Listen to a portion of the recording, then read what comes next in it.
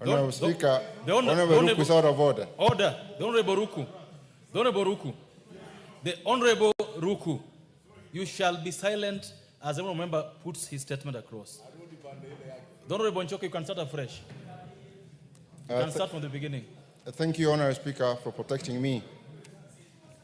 Honorable Speaker, pursuant to the provisions of Standing Order number 44-2C, I rise to request for a statement from the chairperson of the Departmental Committee on Education regarding the alarming rate of drug and substance use among university students in Kenya. Honorable Speaker, drug and substance abuse among young people, especially university students, is an increasing public health concern. A recent report released by the National Authority for the Campaign Against Alcohol and Drug Abuse in January 2025 revealed that 45% of university students have used at least one drug in their lifetime. The most commonly available and accessible substances in the university environment and surrounding areas include alcohol, tobacco, cannabis, and cat, i.e. Miraa and Muka. Honorable Speaker, many young people resort to using drugs to cope with the social and psychological challenges they encounter during various stages of development, particularly from adolescence to young adulthood. These challenges may include the desire to feel good, the need for social interaction, and issues related to personal or social adjustment. Additionally, many students find themselves away from parental supervision and authority, which creates an environment that encourages uncontrolled experimentation with the drugs and other risky behaviors. These factors can negatively impact students' academic performance, mental health, and overall well-being, even post-university stage. Honorable Speaker, it's against this background that I request for a statement from the chairperson of the Departmental Committee on Health on the following. 1, actions being taken to address drug and substance abuse among university students in Kenya. 2, plans put in place by the Ministry of Education to provide affordable and accessible treatment and rehabilitation services, especially tailored to meet the unique needs of students in institutions of higher learning. 3, prevention programs, guidance and counseling services available for students at the universities in Kenya. And 4, efforts being taken to accredit private hostels offering accommodation to university students to maintain control and to enforce compliance to standards so as to prevent access to abuse of drugs. Thank you, Honorable Speaker. Thank you.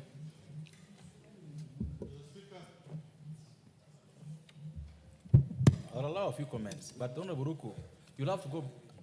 Order. You'll go up there and get your card and come. I'll give you a chance to speak. Correct. Go ahead and put your card in there.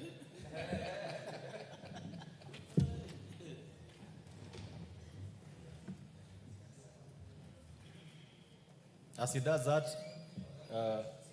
Honorable Ruku, go ahead now. Thank you, Mr. Speaker. Mr. Speaker, according to Crop Act Regulation 2023, which was published on April 25, 2023, recognizes Muka and Miraa not as drug, but as stimulants, just like coffee and tea. It is wrong, Mr. Speaker, for the honorable member to stand and say that Muka is a drug which is affecting negatively the people of this republic. I want, Mr. Speaker, Honorable Njoke to withdraw that statement that Muka and Miraa is a drug. Whereas we know the Crop Act 2023 Miraa regulation defines what Miraa is, as well as defines clearly what Muka is. And nowhere in the law, that regulation, where Muka or Miraa is defined as a drug is extremely against even Article 11 of our Constitution, which recognizes our culture. And our culture is part of the indigenous seeds. One of the indigenous seeds which is culturally recognized in my community Mbere is Muka. It has a cultural meaning, Mr. Speaker. Thank you. And for this House to listen to a statement which want to rule out or to make Muka. Thank you. Thank you. Thank you. The Honorable Munyiri. 2 seconds, I finish my statement. Can we allow the Honorable Munyiri to say something on this? It's not a debate we are engaging on. You got your chance. Please, I can't. Please, protect me, Mr. Speaker. Yeah. No, it is, Mr. Speaker, 2 seconds. No, let him speak after I speak, Mr. Speaker. Thank you. I think, Mr. Speaker, I take great exception when Roku tries to Honorable Ruku, not Ruku. Honorable Roku, sorry, tries to equate tea and coffee with mogoka. I think in the English definition of drug, please, you will protect me, Mr. Speaker. He cannot claim that mogoka and tea fall under the same, under any circumstances. A drug, according to the dictionary, is a medicine or other substance which has a psychological effect when ingested or otherwise introduced into the body. I did not hear Honorable Onchoke talk about illicit or licit. He just said a drug. And clearly mogoka is a drug. It's a sub. Thank you, Honorable Speaker. Order. The Honorable Ruku. Do you consider cigarettes as a drug? Sorry? Cigarettes. Would you say cigarettes is a drug? Cigarettes. Cigarettes. Would you say that's a drug? You don't say cigarettes. Mr. Speaker, say cigarettes. Mr. Speaker, according to the laws of the Republic of Kenya, I've asked you a question. I've asked, would you consider cigarettes a drug or not? Answer your question, Mr. Yes. Speaker. According to Article 11 of our Constitution, and according to Miraa regulation, which was published on 25th April 2023, Mr. Speaker, mogoka and Miraa are not recognized as drugs in the Republic of Kenya. And therefore, it is wrong, Mr. Speaker, for the honorable member to categorize mogoka as a drug. Thank you, Mr. Speaker. The Honorable Baya. Mr. Speaker, you know, Honorable Ruku has always used this idea of mogoka to win votes in his place. But I want to warn him, this time it will not happen. But I want to say this. You see, there's something called legislative mischief. Legislative mischief, which Honorable Ruku participated in to sneak a definition of mogoka in the definition of Miraa, you know, and used the regulations and sneaked in something funny there. But we're going to cure it. And I want to tell Ruku that this parliament will cure the legislative mischief that he did with his brother when he was in the ministry. But I also want to say this. The Honorable Choke, Honorable Speaker, he's reading about statistics from NACADA. This is not his statement. It is statement from NACADA. NACADA is the agency in this country that controls the drugs, Honorable Speaker. And therefore, Honorable Ruku needs to know that mogoka is not the only crop in this country, you know, and he needs to allow other people to speak on this crop. This crop destroys people in this country. It destroys young people. This crop is illicit. It is a drug. We will get rid of it from this house. Thank you, Honorable Bashir. Honorable Speaker, I want to support and acknowledge the statement by Honorable Onchoke. It is true that these are drugs that actually affect the lives of many people, especially the youths. It's known. It has been classified as a drug, especially this substance called mogoka. This is the one that is destroying the lives of many youths and people. Thank you. The statistics is there. NACADA has spoken. Even Minister of Health 7 years ago has classified these things as illicit drugs. Thank you. The Honorable Mutuse. Mr. Speaker, I rise on a procedural issue because I have listened very carefully. Would you protect me, Mr. Speaker, so that... This is a debating chamber and not a heckling chamber. The Honorable Ruku. Order.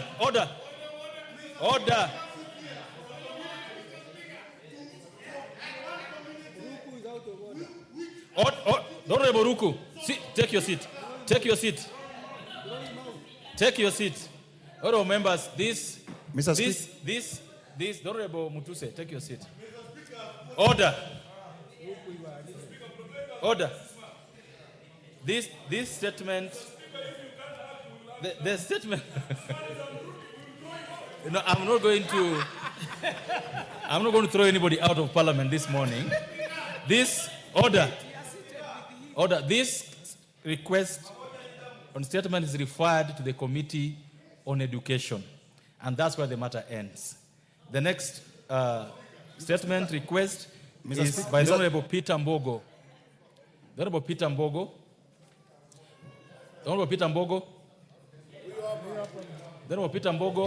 Go ahead. The Honorable Peter Mbogo. I already have referred your. Is there any member of the Committee of Education in the House today? Okay, can you go ahead, Honorable Gesario? 1 minute, Honorable Mbogo, 1 minute, Honorable Mbogo, 1 minute. Go ahead, Gesario. Go ahead. Honorable Gesario. Thank you, Honorable Speaker. We'll give a response immediately after recess. Okay, That's thank 2 you. weeks. Thank you. The Honorable Member for Mwatate.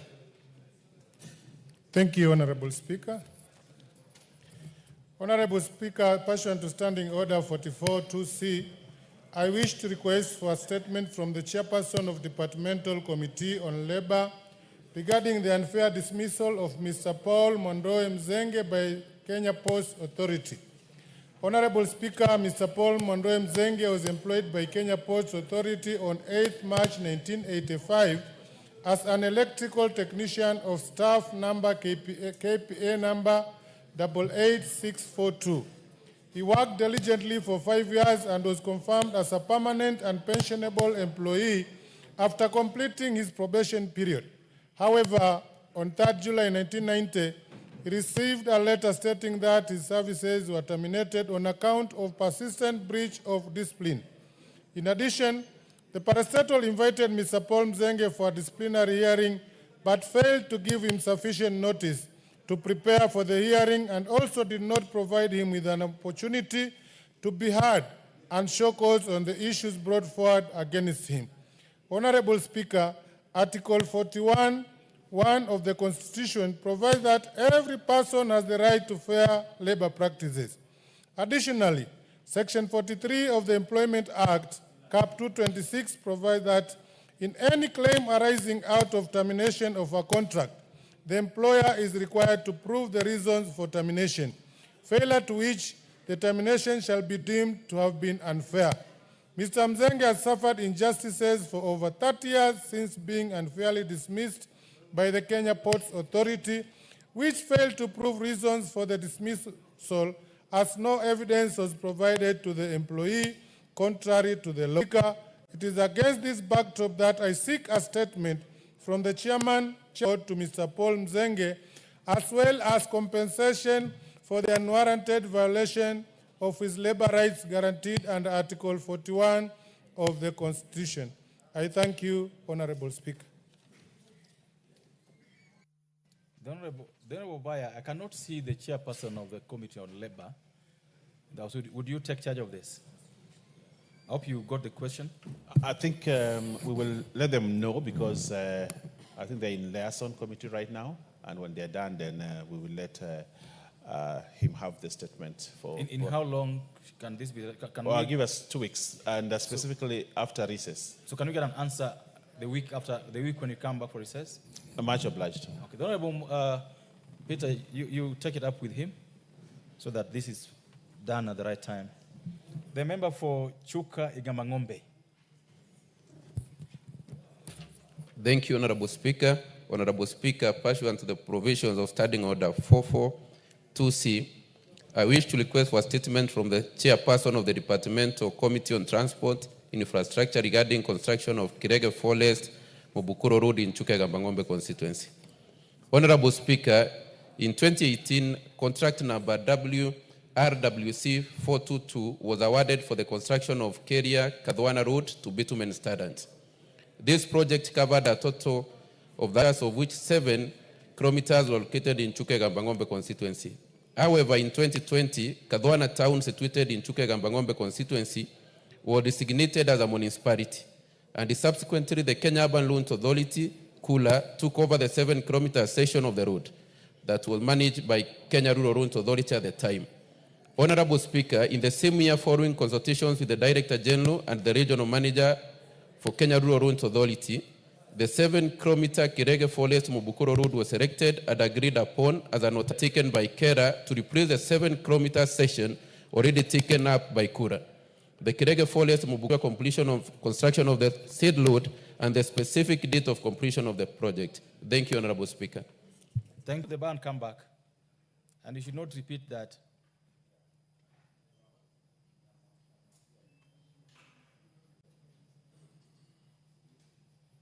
The Honorable Jack Wamboka, you are out of order.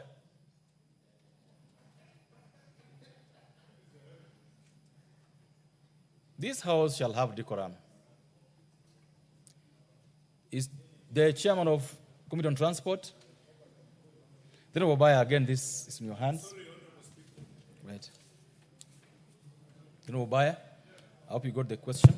Yes, first week after recess, we'll have a response. I will inform the chairman. Thank you. Thank you. Much obliged. But before you go to the next question, join me in welcoming students from Kerugoya Municipality Primary School, Kirinyaga Central, Kirinyaga County, and students from Winners Academy, Kajiado South, Kajiado County. They are seated in the public gallery, and they are welcome to follow the proceedings of the House this morning. On the same breath, honorable members, join me in welcoming students from Miraa Group of Schools, from the Dagoretti North Constituency, Nairobi County, and students from Kibauni Secondary School, Mwala, Machakos County. They are seated in the Speaker's Gallery, and they are welcome to follow proceedings this morning. Thank you. Then Parashina, 1 minute. Thank you, Mr. Speaker. I take this opportunity to welcome the students in the public gallery and also in the Speaker Gallery to this Lancaster House, whereby they have come to see practically what happens here and follow our proceedings today. I want to encourage the students as they go back, they take serious issue to do with education, because academic or education is the start of everything in life. And majority of us who are here, or members who are here, have also passed through the same route, or they once upon a time are also students. And also we encourage them that one day they will get us an opportunity to come here and be members of parliament. Mr. Speaker, in a special way, let me welcome Winners Academy. Winners Academy is a school in Kajiado South constituency, in Kimana, in Loritoto sub-county.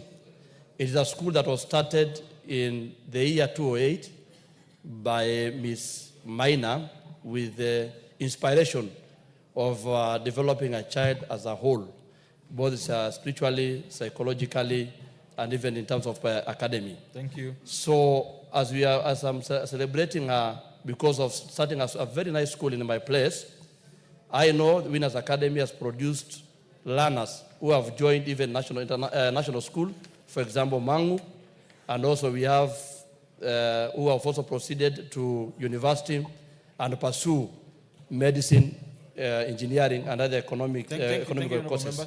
So, Mr. Speaker, I want just to say I'm proud of them, and I wish all the students mercy safaris back home, and I wish them that once they go back, they do the best and continue education. Thank you, Mr. Speaker, for giving me that opportunity. Thank you. Well, members, I have 2 questions to independent officers and commissions.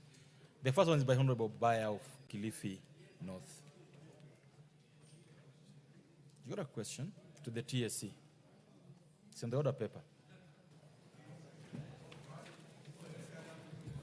Thank you, Honorable Speaker. Honorable Speaker, I would like to ask question 001 of 2025 on the following. 1, could the Teachers Service Commission explain why Mrs. Janet Kadzo of TSC number 468522 was dismissed by the Teacher Service Commission while serving as a head teacher at Garithi Primary School. 2, clarify whether Ms. Kazo was accorded fair hearing in accordance with the applicable statutes prior to her dismissal. And 3, explain why other teachers who were dismissed on similar grounds as Mrs. Kazo were reinstated while her efforts to seek reinstatement by the Commission have been futile. Thank you, Honorable Speaker.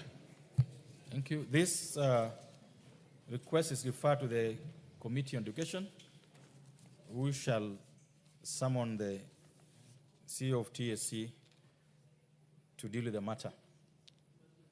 Is Honorable Kasalu in the House? Honorable Kasalu, you have a chance now to... I know you've just come, but in the order paper, you can use the order paper.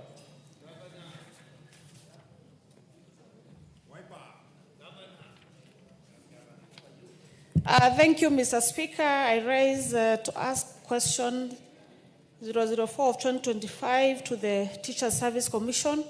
Number 1, I would like the Commission to elaborate on the criterion used for recruiting primary school teachers and clarify whether there is a different criterion for recruitment of female teachers, particularly in Kitui County.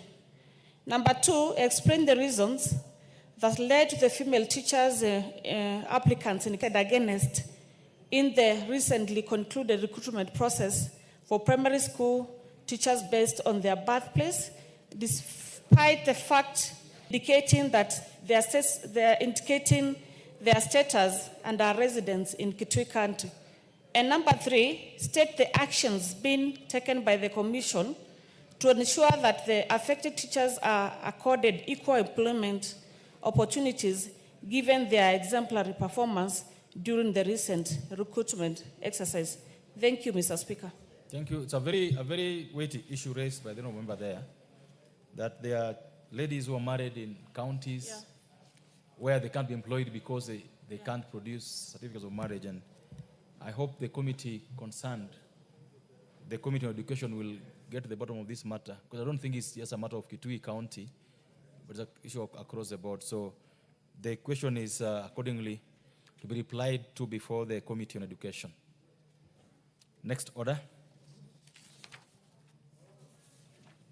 Order number 8, procedural motion, exemption of business from the provisions of Standing Order number 43.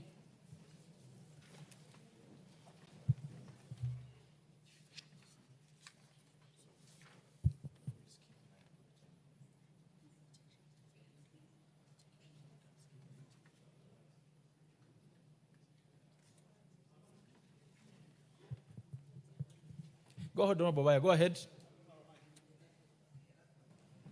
Thank you. 1 second. Honorable Speaker, I beg to move that this House resolves to exempt the business appearing as order numbers 9 and 10 in today's order paper from the provisions of Standing Order 43, being a Wednesday morning, a day allocated for business not sponsored by the majority or minority party or business sponsored by a committee. Honorable Speaker, as you may be aware, that we have started the financial cycle, right? And that there are certain documents that must be provided and must be debated in this House so that we can pass the budget cycle that we have started. One of those documents, Honorable Speaker, is the budget policy statement. The budget policy statement must come to this House, be debated, and actually passed. Another important piece of legislation, Honorable Speaker, is the County Government's Additional Allocations Bill, which we started yesterday. These pieces of legislation must be completed before we can now move full cycle into the budget cycle and make sure that the financial year is properly done.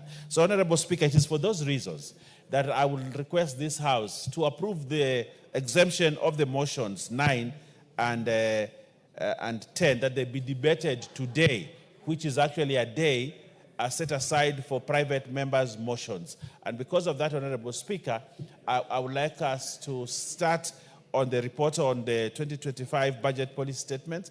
I think the chairperson, who is also the Honorable Deputy Speaker, is ready to move this motion.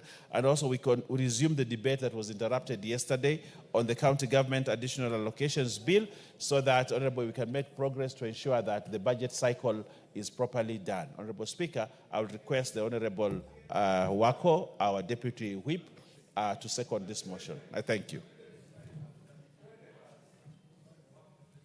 Thank you, Honorable Speaker. I second this motion because it is very important at this particular time.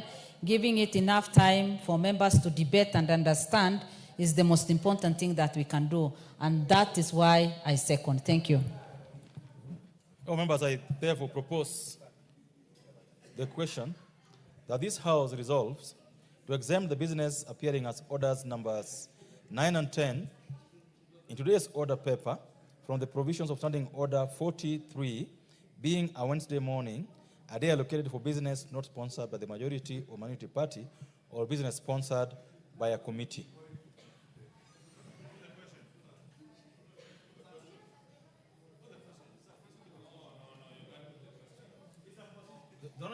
Order. Order, Honorable Baya. Take your seat. Honorable Mogoyo, what do you want to say? Thank you, Mr. Speaker. Such a motion, you can't say put the question, because yesterday we approved, we extended the timings for tomorrow and the day after. Now, Mr. Speaker, I want to say that it is the majority leader, you cannot belabor this House with business from the executive to ignore the business of members when Wednesday is meant for members' business. Looking at the order paper, there are several motions that have been there.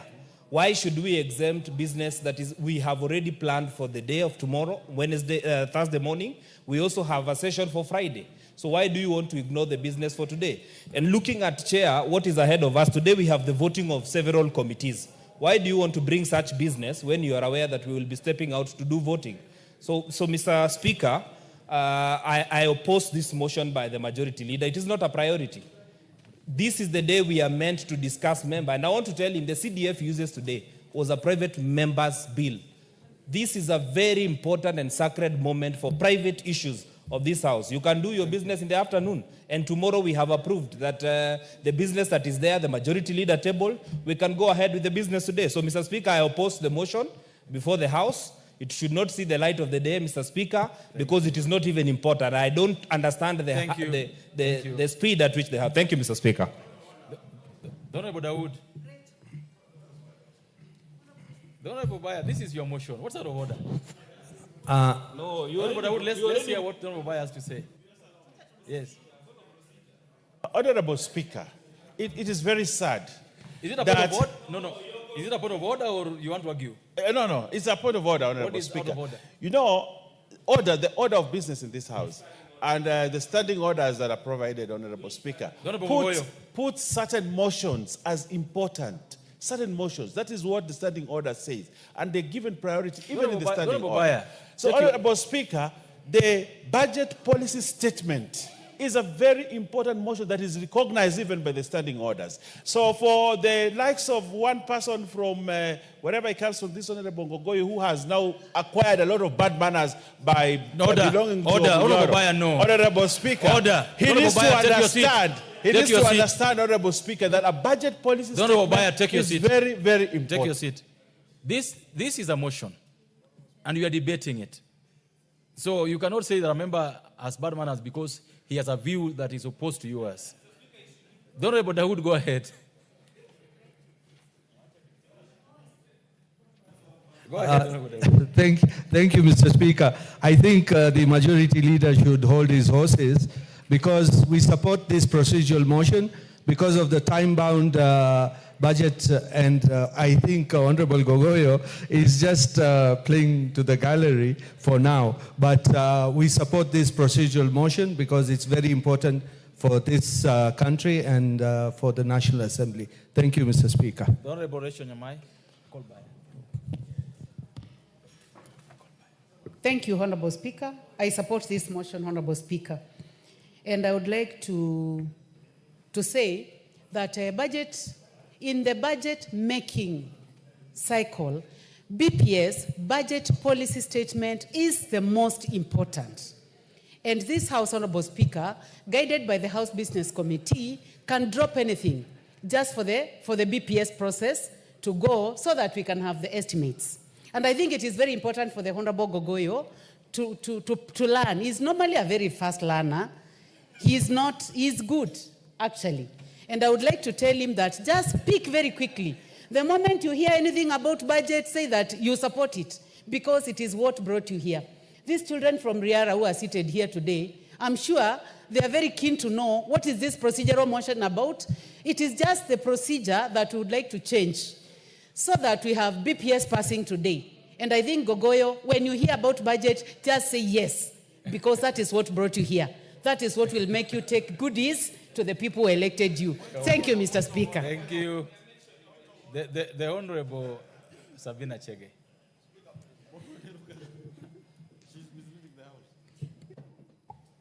Thank you, Mr. Speaker, for the opportunity, and I stand to support this motion. Mr. Speaker, I understand my friend Gogoyo is still learning. He's not Gogoyo. He's the Honorable Gogoyo. That's why I've even started with my friend, so it's even deeper He's than the Honorable. Honorable Gogoyo. Yes, so Honorable Gogoyo Correct. is still learning, Mr. Speaker. Sometimes special occasions, special situations, and especially when we have reports or motions that have timelines, we may need to relook at the order. And so I would request, Mr. Speaker, that we support the request and the motion so that when we are able to deal with the report on budget policy, even what we are looking at, and I'm one of the affected persons because I had a special motion, will still require support from the budget, and the budget policy is quite important. And looking at the order number 10 also, the amount of money that needs the additional allocation to the county government is also a very important motion. Thank you. So I support Mr. Speaker, and I urge the other honorable members to support. Thank you. Lastly on this is Honorable Makali Mulu. Last. Yeah, thank you very much, Honorable Speaker. Honorable Speaker, I want to say I support this motion. But even as we support, a few things must go on record, Honorable Speaker. If you look at the calendar of this House, it is only Wednesday morning when honorable members, individual members of this House, can have a bill go with their name for signature. And we have said many times, yesterday we did approve, Honorable Speaker, tomorrow morning, we approved Friday morning for government business.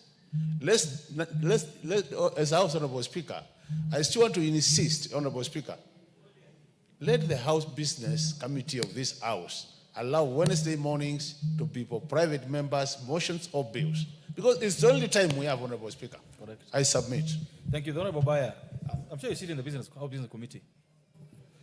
Do you sit in the House Business Committee? Yeah, once in a while I do. So just take your seat, Honorable Baya. Just take your seat. Just take your seat. What Honorable Makali is raising is very important.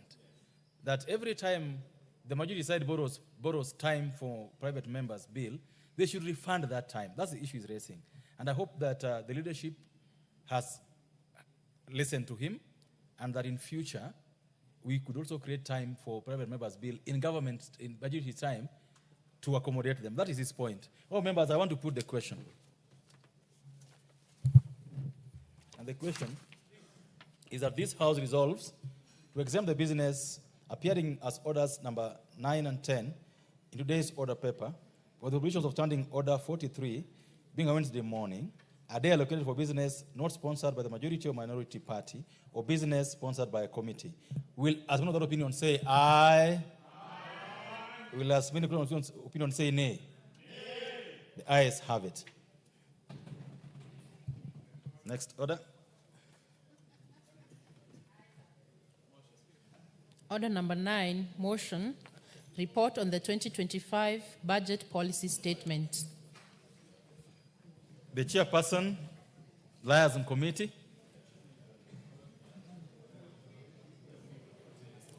Honorable Speaker, pursuant to Standing Order 48, I beg to move the following motion in an amended form.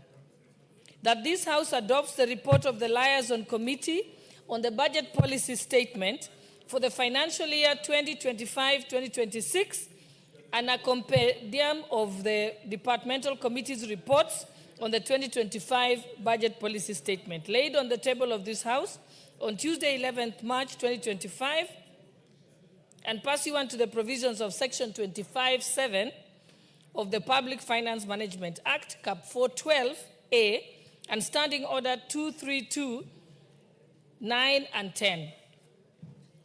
A, approves the budget policy statement for the financial year 2025-2026. B, makes the following financial resolutions with respect to the budget policy statement. 1. The national government budget ceiling be approved at Kenya shillings 2,523,774,081,480, of which the executive gets Kenya shillings 2,447,536,081,480, and of which the Auditor General gets Kenya shillings 8,652,200,000, and Parliament gets Kenya shillings 49,488,200,000. 2, the judiciary gets Kenya shillings 26,749,800,000. And resolves that the allocation to the county government equitable share be approved at Kenya shillings 405,69,420,197.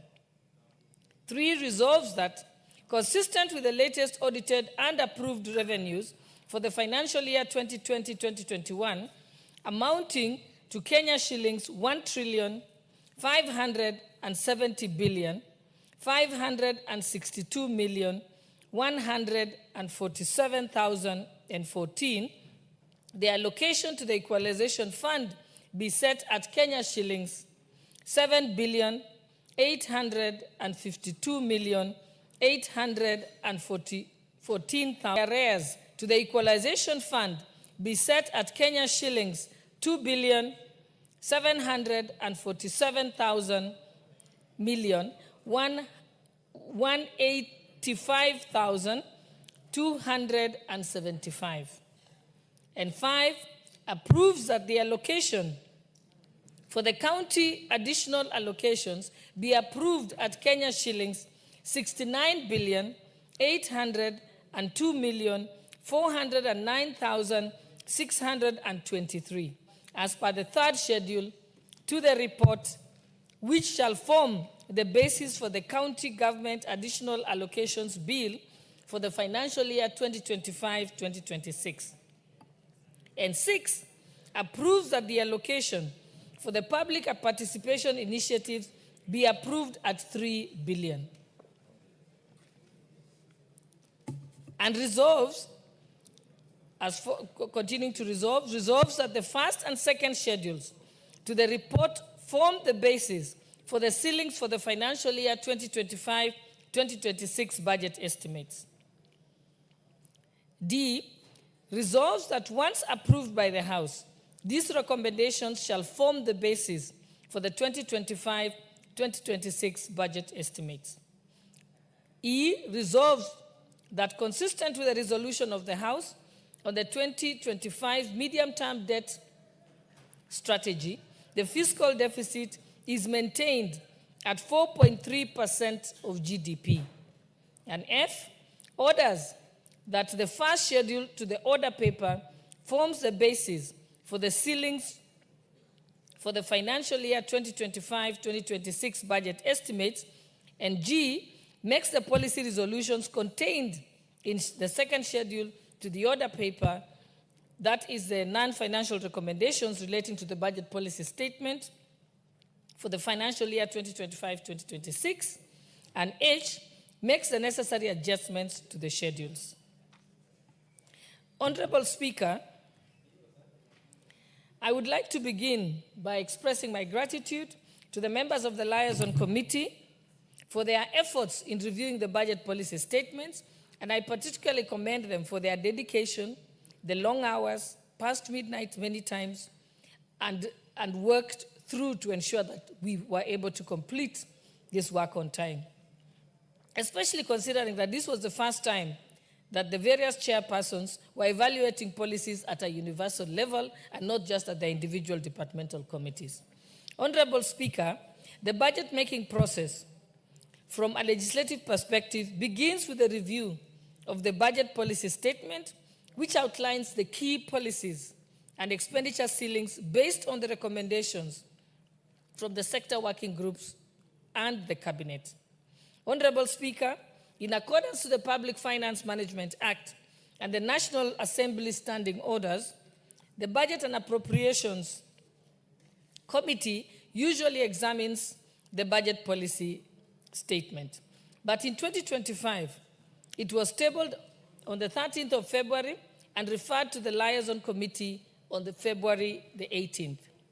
Honorable Speaker, the Liaison Committee, while finalizing this report, conducted an inclusive process, consulting the departmental committees, the Office of the Auditor General, the Commission on Revenue Allocation, the Parliamentary Service Commission, and the National Treasury to gather insights and discuss budget priorities. This collaborative effort ensured that the recommendations in the report are well-informed, inclusive, and aligned, and also aligned with national priorities. Honorable Speaker, upholding Article 201 of the Constitution, which mandates public participation in the budget-making process, the committee invited the public to submit memoranda, receiving 42 submissions that were carefully reviewed and the views captured in this report. Honorable Speaker, this is the third budget policy statement under the Kenya Kwanza government, aligning with the fourth medium-term plan, which prioritizes a bottom-up economic transformation approach to ensure equitable growth. Honorable Speaker, the budget policy statement focuses on key social economic goals, such as making essential goods affordable, enhancing food security, creating employment, and expanding the tax base, and strengthening our foreign exchange reserves and promoting inclusive growth. Honorable Speaker, the 2025 budget policy statement sets expenditure ceilings for the national government, including Parliament and the judiciary, and outlines indicative county transfers for the financial year 2025-2026 and the medium term. Honorable Speaker, once the budget policy statement report is approved, these ceilings will guide the national budget, the Division of Revenue Bill 2020, and the 2025 County Fiscal Strategy Papers in alignment with national priorities. Honorable Speaker, going into the specifics of the budget policy document, the total projected expenditure for the financial year 2025-2026 is 4,263 billion. That is 22.1% of GDP, and is allocated as follows. Kenya shillings 1.730 billion for recurrent expenditure. Kenya shillings 758 billion for development.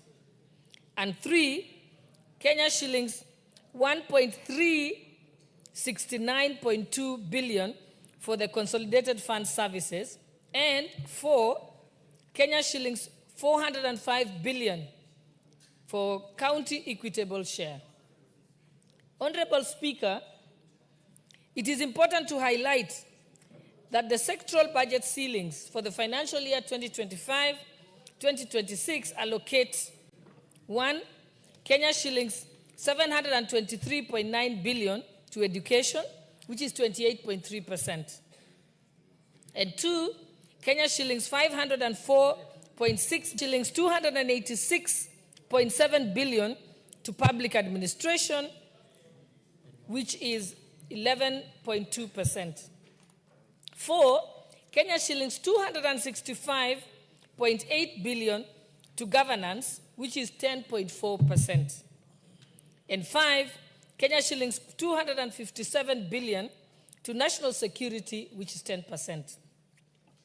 And 6, Kenya shillings 204.5 billion to health, which is 8%.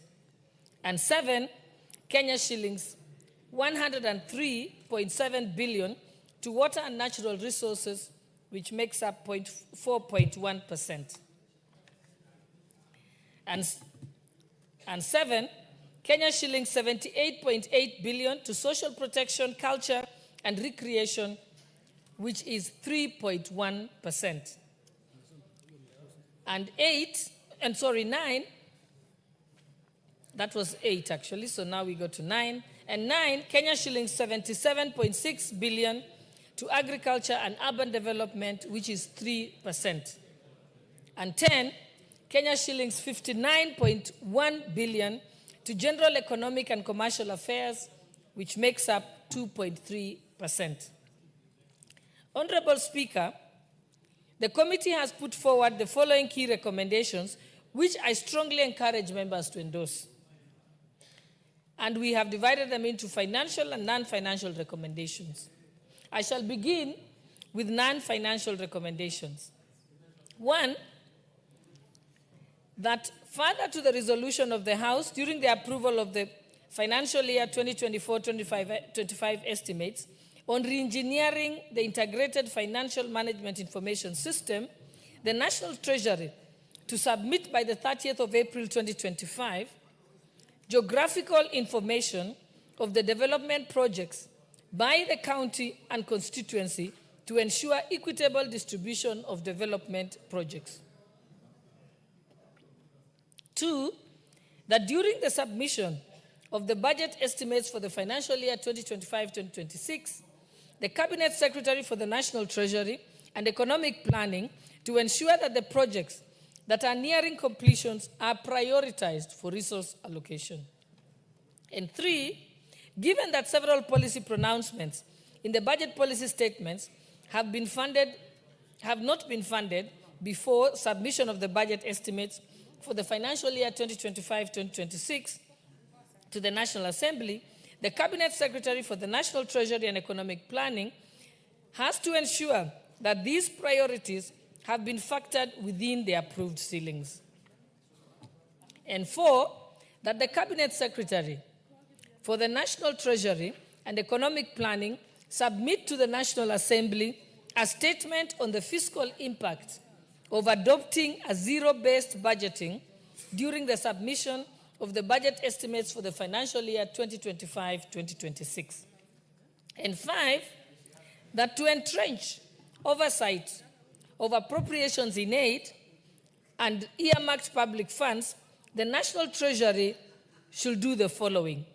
A, collate and report on all appropriations in aid generated by non-commercial national government entities, including fees, charges, levies, together with related expenditure, and projects and programs, and provide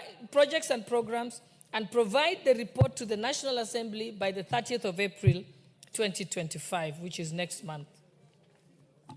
And B, report to the National Assembly on all extra budget by the 30th of April 2025. And C, by September 2025, propose the amendments to the Controller of Budget Act to provide for the Controller of Budget to approve utilization of appropriations in aid and related expenditure. And D, by September 2025, identify and propose amendments to the National Assembly on the overall framework for the financial management of appropriations in aid, including the repeal of non-critical public funds and appropriation in aid mandates. And 6, the government, given that the government is relying on the several payment systems for various functions such as capitation for schools, salary payments, transfer to counties, exchequer releases, the Cabinet Secretary for the National Treasury and Economic Planning to provide Parliament with an update on the integration of government payment systems within the IFMI system, that's the Integrated Financial Management Information System, the entire ecosystem, to enhance the transparency and accounting by the 30th of April 2025. And 7, that during the submission of the budget estimates for the financial year 2025-2026, the Cabinet Secretary for the National Treasury and Economic Planning to submit to the National Assembly a statement on timelines and fiscal impact of merging, restructuring, and winding up state entities in line with the Cabinet decision of the 21st of January 2025.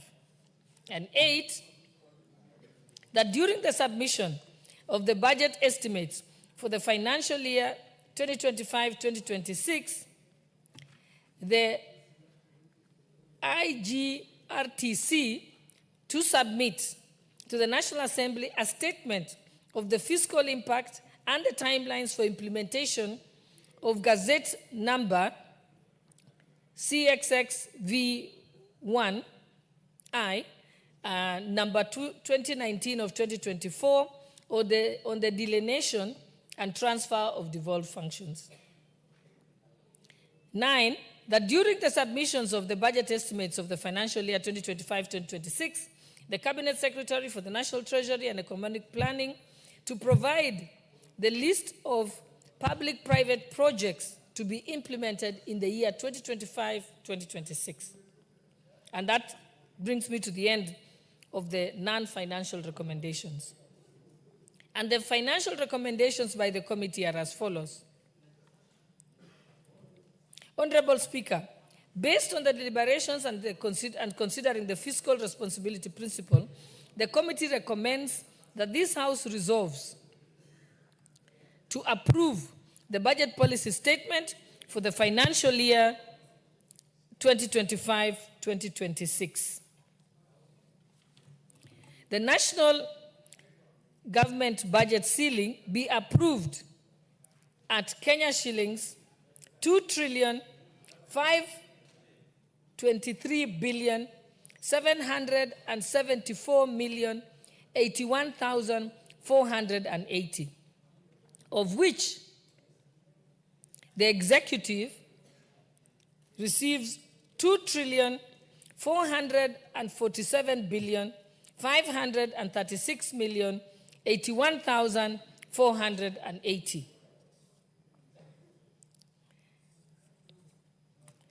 Of which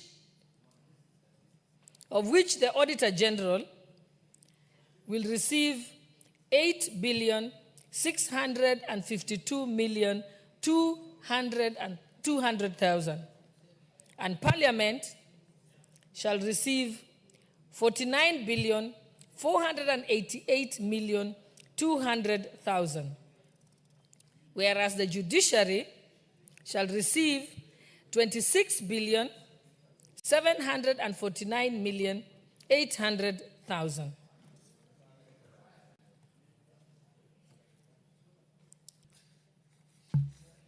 That the county be approved at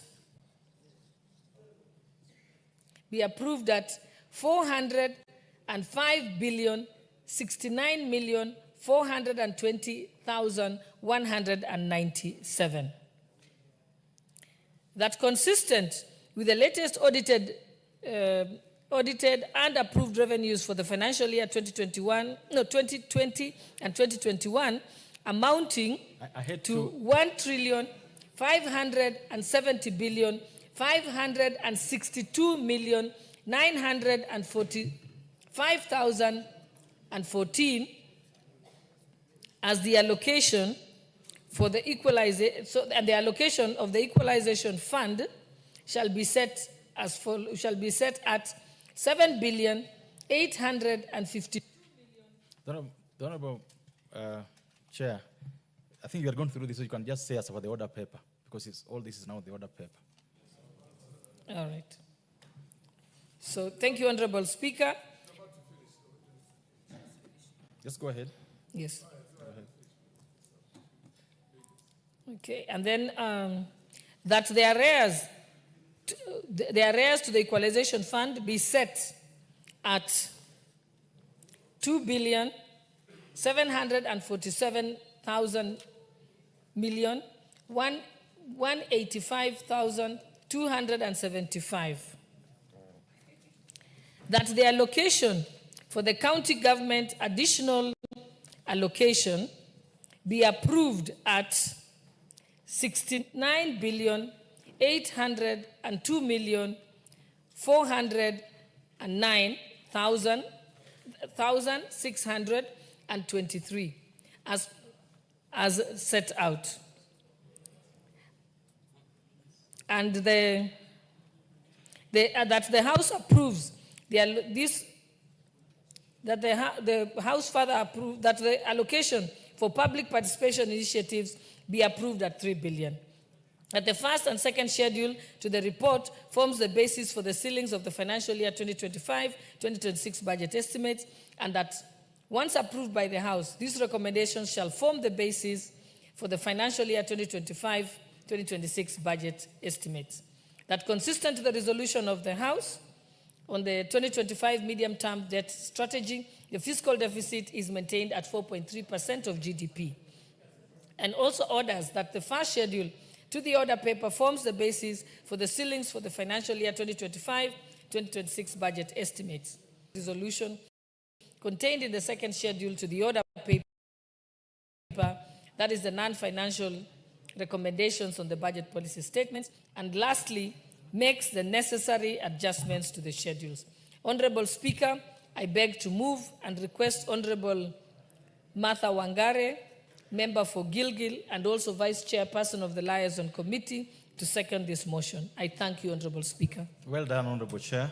Before the Honorable Martha Wangari comes in, members, join me in welcoming pupils from Sheria House, Starehe, Nairobi County, students from Kiurani Boys High School, Mara, Tharaka Nithi County, students from Kasue Girls Secondary School, Kibwezi West, Makueni County, and students from Roysambu School, Roysambu, Nairobi County.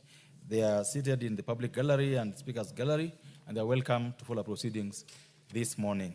Honorable Martha Wangari, Vice Chairperson, Liaison Committee. Thank you very much, Mr. Speaker. Even as I second, allow me to welcome the students that are in the galleries. I know today I'm also expecting Gilgil Day and Koelel High Schools from Gilgil. And Mr. Speaker, you can see how the galleries are full.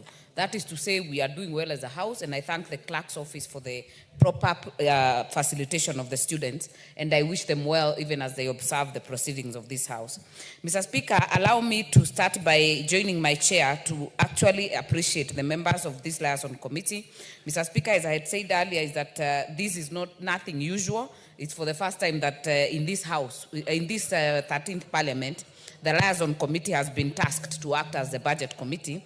And Mr. Speaker, what that has done, it has given us a very privileged position as chairs of departmental committees to actually be able to have a dashboard view of how the country is run, ask questions, and that is why, Mr. Speaker, we have been taking long hours to actually also understand very well this budgeting process. Mr. Speaker, the mover has already alluded to the figures, and I know they are on the order paper, so I'll not dwell on the figures, Mr. Speaker. Allow me to just say generally that what a BPS or the budget policy paper is supposed to do is outline the goals of any government, Mr. Speaker, for the upcoming fiscal year, Mr. Speaker, and also guide the decision-making for the upcoming budget.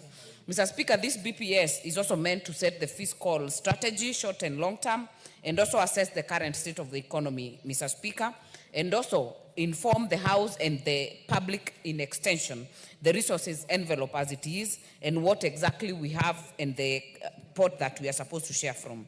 Mr. Speaker, I will pick a few issues that are very touchy to members in terms of the recommendations that we have done as sent to different stakeholders during this BPS hearing, Mr. Speaker.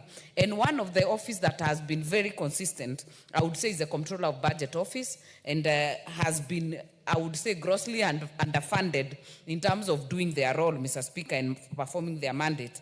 And Mr. Speaker, one of the issues that has been recommended to this House is that because we are a legislating House, we should definitely consider getting the Comptroller of Budget to be able to also oversight A&A money. Mr. Speaker, what that means is that the monies that are collected by MDAs, that are collected by ministries and are not subjected to go to the consolidated fund, then are not in the purview of the Comptroller of Budget. Mr. Speaker, and not just that, even some funds, specifically the housing fund, Mr. Speaker, if you ask the Comptroller of Budget her role in terms of looking after our monies in the housing fund, they will tell you that they are not under her purview. So I would actually hope that this House, Mr. Speaker, takes these recommendations very seriously to be able to look at the law in what can be moved and what can be changed to ensure that this utilization of A&A is actually done in the proper way and the legal issues that have been raised by the Comptroller of Budget have been considered.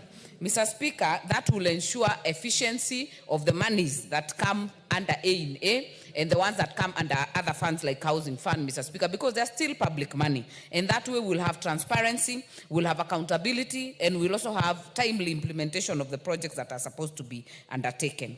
The issue of equalization fund, Mr. Speaker, you know, has been alluded to by the mover, is also very touchy to this House. I know it has been debated at length, and this has also been touched on this report. Mr. Speaker, just yesterday, the county revenue additional bill was actually being debated yesterday, and I think it is very important that it has also been included in this report because some of the issues are pending because of the monies not being available to the counties. But Mr. Speaker, one of the issues that cuts across, regardless of whether national or county government, is in terms of the good use of monies. The prudent use of resources, Mr. Speaker, it is not something that we can ignore. And I think what the public really wants to see, even when we speak that we are going to actually supplement our envelope, even from borrowing, the interest of the Kenyan person and the Kenyan Wanjiko, Atieno, Naseria is to see that that money has been put into proper use. And Mr. Speaker, what that means is that if we have said we are borrowing to do a road, we are borrowing to do a dam, has it been done? The other issue, Mr. Speaker, which is very key to this House, is the issue of Kera Kura. Mr. Speaker, this budget policy statement has also recommended that any monies below 50 million that are being procured under Kera and Kura be done at the regional level. That way, Mr. Speaker, we also decentralize the bureaucracy and also ensure timely implementation of projects. So, Mr. Speaker, without further ado, I second.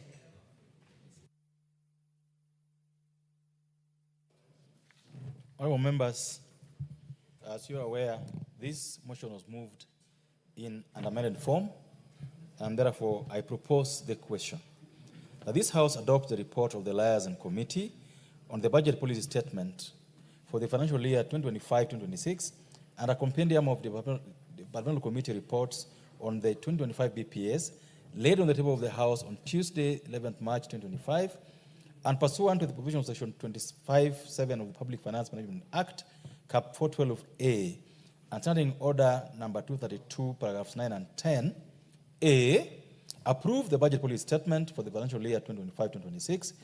B, makes the following financial resolutions with respect to the BPS.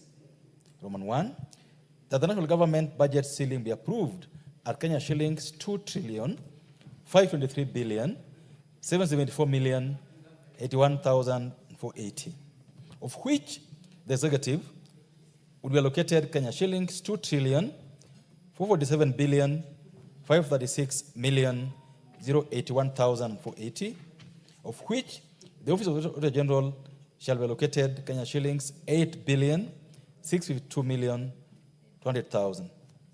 Parliament shall be allocated Kenya shillings 49,488,200,000, and judiciary shall be allocated 26,749,800,000.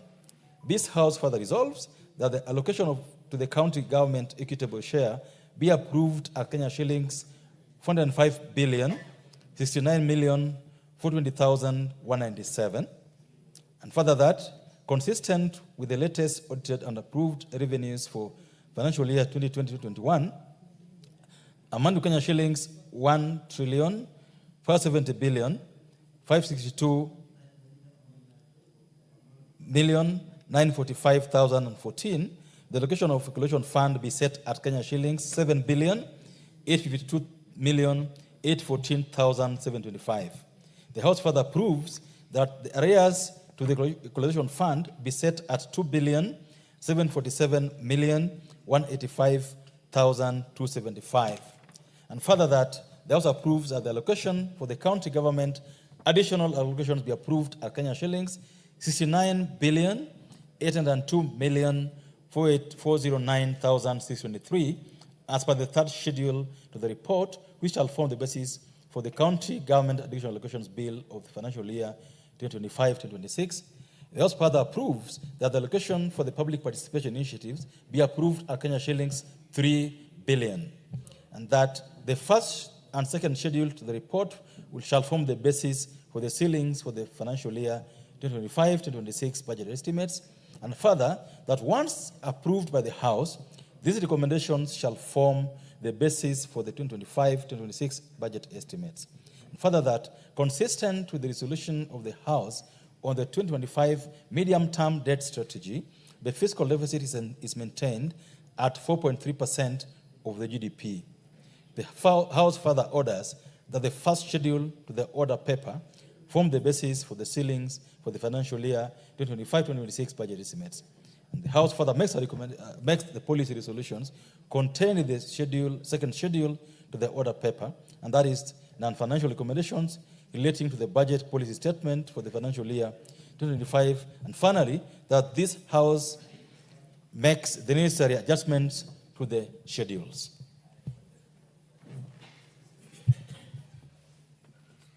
The Honorable Owen Bayer, member for Kilifi North. Honorable Speaker, thank you very much, Honorable Speaker, for allowing me to make my contribution to the BPS. Honorable Speaker, the budget policy statement is usually the foundation of the budget and also the foundation for the financial year. And Honorable Speaker, it speaks to the national finance, the money envelope that is available for the financial year 2025-2026. Honorable Speaker, important things to note. If you look at this order paper, Honorable Speaker, although the motion is on the first page, continuing into page 12, Honorable Speaker, there are very important notes, Honorable Speaker, that come in this motion, what is called the first schedule and the second schedule. Honorable Speaker, the first schedule gives the details and the breakdowns per ministry, Honorable Speaker, that is found on page 216 of the order paper. If you look at those pages, Honorable Speaker, you will see that the details of the budget as proposed and the ceilings set on those pages. So you'll be able to see Executive Office of the President, Office of the Deputy President, and it goes on until you get, Honorable Speaker, to the last department. Let me get that, members. The last department, which is on Senate, Honorable Speaker, where we have votes for Parliamentary Service Commission, the National Assembly, Parliamentary Joint Services, and Senate. And you end up with having the 2.5 trillion budget, Honorable Speaker. Honorable Speaker, the import of the budget policy statement that it makes certain important pronouncements, very important pronouncements, Honorable Speaker, that guides on how we will spend the money and also generate the money for the country and sets the ceilings, Honorable Speaker. Honorable Speaker, I am very concerned and interested in the policy resolutions Because you cannot have a budget, Honorable Speaker, that does not have policy resolutions. These policy resolutions are fundamental in ensuring that the budget is properly implemented. And one of the key resolutions, Honorable Speaker, is that further to the resolution of the House during the approval of the financial year 2024-2025 estimate on re-engineering the Integrated Financial Management System, IFMIS, the National Treasury submits geographical information of development projects per county. Now, that's very important, Honorable Speaker. We have an IFMIS system that has been here for a long time now, and it helps really in managing the finances of this country. But the most important statement that is made here is that the Ministry of Treasury should now submit geographical information of development projects per county and constituency by 30th April 2025. Honorable Speaker, this is fundamental. This is very important because we have had skewed development in this country where other regions have had more resources and other regions have had less resources. Areas, Honorable Speaker, that have been purposely been underdeveloped and underserved because of political reasons or otherwise, Honorable Speaker. But we are saying, as Parliament, we want to know where these projects are. And I want to urge the guys at Ministry of Treasury to ensure they submit to this Parliament by 30th of April 2025 the development projects per county and per constituency. Honorable Speaker, I want to see how much has been invested in my constituency, how many projects are in my constituency, how many projects are in the county that I come from, and also I also want to see how many projects are in the constituency of the Honorable Speaker sitting, and also how many are in his county. We want to see. We want to see what was being said here yesterday, that other people have benefited more from budgetary allocations than other areas. We want to see, Honorable Speaker, and understand why other regions have more money than other regions. This geographical information is very important, and we await for it in this Parliament on the 30th of April. Honorable Speaker, as you go ahead, Parliament is also requesting for a list of development projects that are earmarked for completion. There are very many, Honorable Speaker, incomplete projects. Somebody, especially the last regime, Honorable Speaker, they come for political reasons, they start a project, you clap for them, and then they disappear. The contractor does 1 kilometer of road or 500 meters of road, then they disappear. Honorable Speaker, this has led to a lot of issues. Actually, interest rates on loans have continued to skyrocket, to spiral, and yet projects are not being done. The chair gives you an additional 3 minutes, let's say. Honorable Speaker, so I would like to see this so that this country does not continue to lose money. Honorable Speaker, one of the most important things that this budget statement does, it does one thing. It allocates money, and I want to thank Liaison Committee. It allocates money for equalization fund and then says that the arrears for equalization fund must also be given. You know, equalization is a fund, Honorable Speaker. It is a fund. A fund means each year money must be allocated. And if that money has not been utilized, it stays in the account. It stays in the account.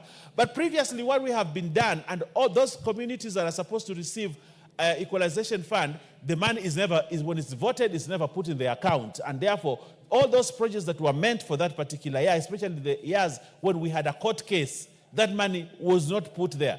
But I want to thank the Liaison Committee for doing one bold step, that we allocate 7 billion for equalization fund, but also allocate 2 billion for arrears.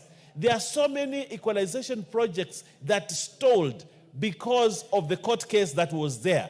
And many suppliers had not been paid, many contractors have not been paid. But what this means is, therefore, we're going to have a reprieve. And those areas that needed to have this money for equalization, the money is made available. So, Honorable Speaker, I want to thank the committee for noting that we need to put equalization fund at 7 billion, but also arrears at 2 billion, Honorable Speaker. Honorable Speaker, another very important thing that we must note, apart from the money that is going into the money that, Honorable Speaker, is going to the counties, the additional funds allocation has also been factored in the BPS. And I think that is very important because it brings accountability. A lot of time, money is spent without a proper accounting process, and therefore accountability is lost in the process. And therefore, Honorable Speaker, I would like to congratulate the committee for ensuring that the additional resources also go into the BPS. Honorable Speaker, I want to speak briefly on agriculture. This BPS also note that by 31st December 2025, the Cabinet Secretary for Agriculture and Livestock develops and submits to the National Assembly regulations for hides and skins. Honorable Speaker, we are a livestock country, but we have not benefited from the hides and skins, a big industry that can transform this country. Honorable Speaker, for the first time, this BPS makes such a fundamental resolution that the Minister for Agriculture submits to this Parliament a policy guideline on how we are going to harness the hides and skins that we have to set up factories that are going to employ many people, and Kenya can actually be a net.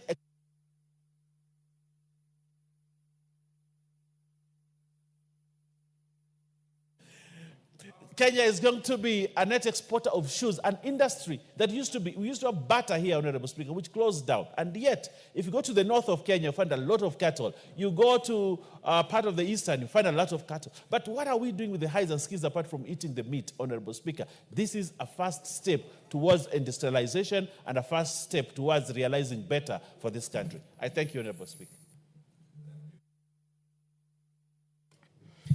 Honorable Speaker, I thank you very much for the opportunity, and let me also join my brothers in congratulating the Liaison Committee for a job well done.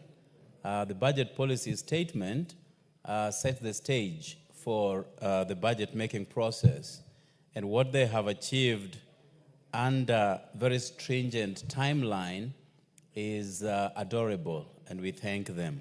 Honorable Speaker, this is unprecedented because the budget-making process falls under the purview of the Budget and Appropriations Committee. And because of the lapse of certain committees, the mandate was ably picked by the Liaison Committee, and they have done a splendid job in that regard, Honorable Speaker. The skewed resource allocation in this country, Honorable Speaker, needs to be addressed.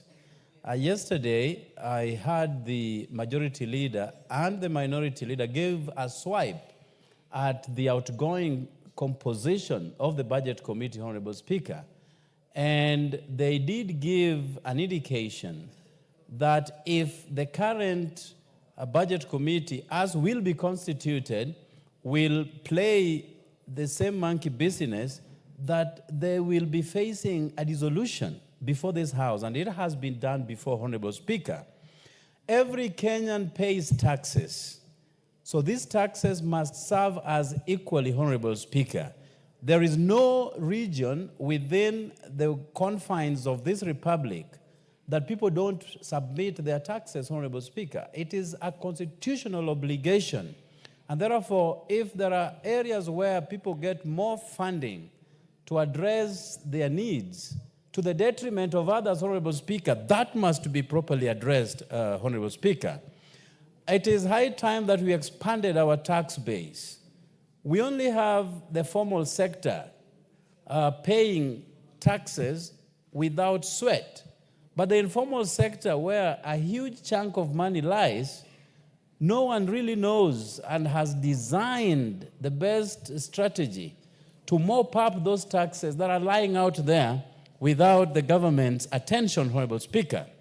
Agriculture, when we were in school, and I believe still to date, contributes the biggest to our GDP, Honorable Speaker, at 65%, Honorable Speaker, including provision of jobs. But this is the only sector that is never funded properly or adequately, Honorable Speaker. The Malabo Protocol did give a ceiling of up to 15% of any budget of any country that subscribes to the Malabo Protocol to fund agriculture, Honorable Speaker. But that is not the case up to now. We must, as a country, achieve a balanced trade so that our money, which is in Kenya shillings, can compete effectively against other foreign currencies, Honorable Speaker. Today, our shilling to the dollar is at 129. Why is it not 100 shillings? Why is it not 1 to 1? Because we tend to import more than we export, and as a result, therefore, we lose the value of our Kenya shilling as a nation, Honorable Speaker. If we export, we attract more dollars, and if we have more dollars circulating within our market, it loses value automatically, and that therefore pushes the value of our shilling high up. From primary to JSS, to our secondary, to issue of education wholesomely, Honorable Speaker. We must avoid wastages and pilferages of our resources, and certain times we have budgeted corruption. That must stop going forward. The health sector is a great mess. The SHA is not working. The SHIF, the emergency and the chronic funds, all this is a mess, Honorable Speaker. Borrowing so that we can be self-independent. The Honorable MP for Kwanza. I want to congratulate the people who have been in charge of the incomplete projects so they can be able to have proper funding. Secondly, Mr. Speaker, as we go on, we have a problem of oversight. We have projects that actually are ongoing, and because of the poor oversight, which is, I think, done by the controller of budget, I think we have projects that actually are ongoing, and because of the poor oversight, which is, I think, done by the controller of budget, I think we had people who have not done very well, misused resources, but at the end of the day, we don't see them actually being prosecuted or at least made to account. Therefore, this should come out very, very clear. Thirdly, the very important issue is agriculture. I think the allocation of these resources in agriculture, I think, is not very good, because agriculture being given only 3% as compared to the executive, I think is something that we have to review as a house, because this country is an agricultural country, both in semi-arid areas and areas that actually are for production of food for both export and local consumption. I think the 3%, we should review that allocation, because that's not important. It's very little, and I think should be something like, because one, it produces the food for our country, two, for export, three, of course, it provides also employment for our people. And I think, looking at it, I think this should be a priority sector in this particular location, so that we have enough resources to be able to produce enough, both for export, of course, and for local consumption. And then, of course, as I talk, I come from an area where we produce food for this country, and I was expecting that the allocation would be slightly more than what they have done. Mr. Speaker, I realize it's not. It's only 3% of the nature of the resources. That, again, is not.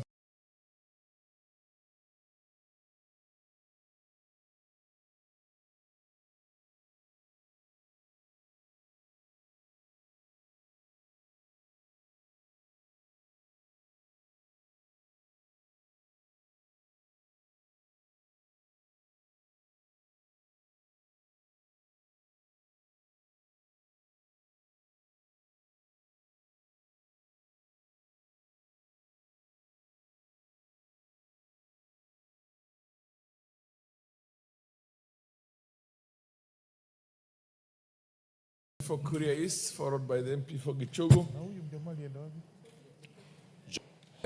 There's not much we can do about recommendation of resource allocation across this country. Is one of the best things that has happened in this country, that we made steps boldly to equalize resources in this country. Mr. Speaker, we know how advantage of a small section of this country. And Mr. Speaker, I want to congratulate the Liaison Committee, and also thank them for the proposal, the recommendation for zero-based budget, which is in that way we are going to be able to deal with those monies that can be at the discretion of those that are in power in the different categories of devolution. Mr. Speaker, I also want to commend them for proposing that the near completed projects be fully funded so that we tax the country, that are dotted all over, that are just about sub-money into it, and then we'll be able to complete the projects and then they be put to use. Mr. Speaker, I want to deal with a project in my constituency, Kuria East constituency. Mr. Speaker, that comes from, starts from Taranganya. It came all the way from Masara in Migori to Kehancha and stopped at Taranganya. We have tried to get this road done and completed from Taranganya to Center, Ntimaru, from Isibania to Nyamtiro, across Center again, going to Kegonga, all across to Kugitimo and Loliondo. And this has been a tall order that has prompted us to even bring in the president, who made a presidential directive that this road be completed. And Mr. Speaker, that brings me to the fifth point that I want to raise. Mr. Speaker, this House must find a way of dignifying presidential directives. It cannot be that the president would go around the country, make pronouncements, give directives, and then they just remain that, just directives. We must find a way up within this House, or be it any other form, be it a fund that we are going to create, so that every time, Mr. Speaker, there is nothing out of order. You Yes, sit what's down, your you point will of have order? your time so that there's You are nothing out granted your of point order. of order. What's your point of order? Thank you, Mr. Speaker. Mr. Speaker, is the honorable member, Kiatama, in order to come and start crying to this House, and he speaks to the president almost daily, because I know he's afraid to the president. Order, honorable member, order. You are out of order. That's not a point of order. You raised the point of order. Mr. Speaker, when I say he has no point of order, please believe me, he doesn't have it. Can you give him an additional minute? Yeah. Oh, no, you still have your time, I think. Actually, I was still within my time. Okay, proceed. Mr. Speaker, speaking to the president, even on a daily basis, and the policies that we make here do not anchor him, protect him, so that the country can move forward, is still not helpful. So I think the point here should be and must remain. And one day, the honorable member there is going to be a beneficiary of these presidential directives. Because the president means well. He intends to equalize this country. There has been a lot of disunity and skewedness in resource allocation that needs a president at one. Speaker, you saw yesterday the people of Frere Town crying that they just want to become nationals. I mean, if that means that the president goes there and makes them in this republic, and this House must be bold enough to create that space so that then the people of Kenya can find equity, and we all of us move together as a people, as envisaged in the Constitution 2010. Mr. Speaker, I want to thank you for this opportunity, and I do support this amended version of the BPS. Fair enough, Honorable Kitayama. Where is MP for Gishogo? The Honorable, proceed. Honorable. Thank you, Honorable Speaker, for the opportunity, and I also take cue in thanking the Liaison Committee for taking up the Liaison Committee for taking up this matter that ought to have been done by the Budget and Appropriation Committee. Term has lapsed, and that confirms to the entire nation that there is no vacuum in this House, that all the matters in respect of the budget policy statement and the budget can be executed even when the term of the budget and Appropriation Committee has lapsed. But I believe today will be the day to reconstitute the day as per the Speaker's communication. Having said so, Honorable Speaker, I also support the financial and non-financial recommendations that have been made in this budget policy statement report.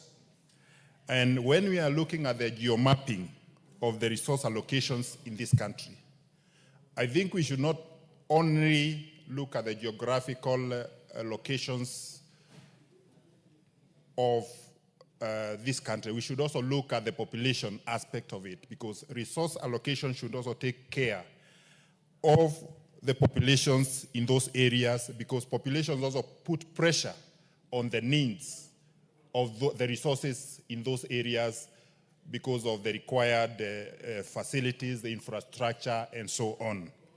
Honorable Speaker, I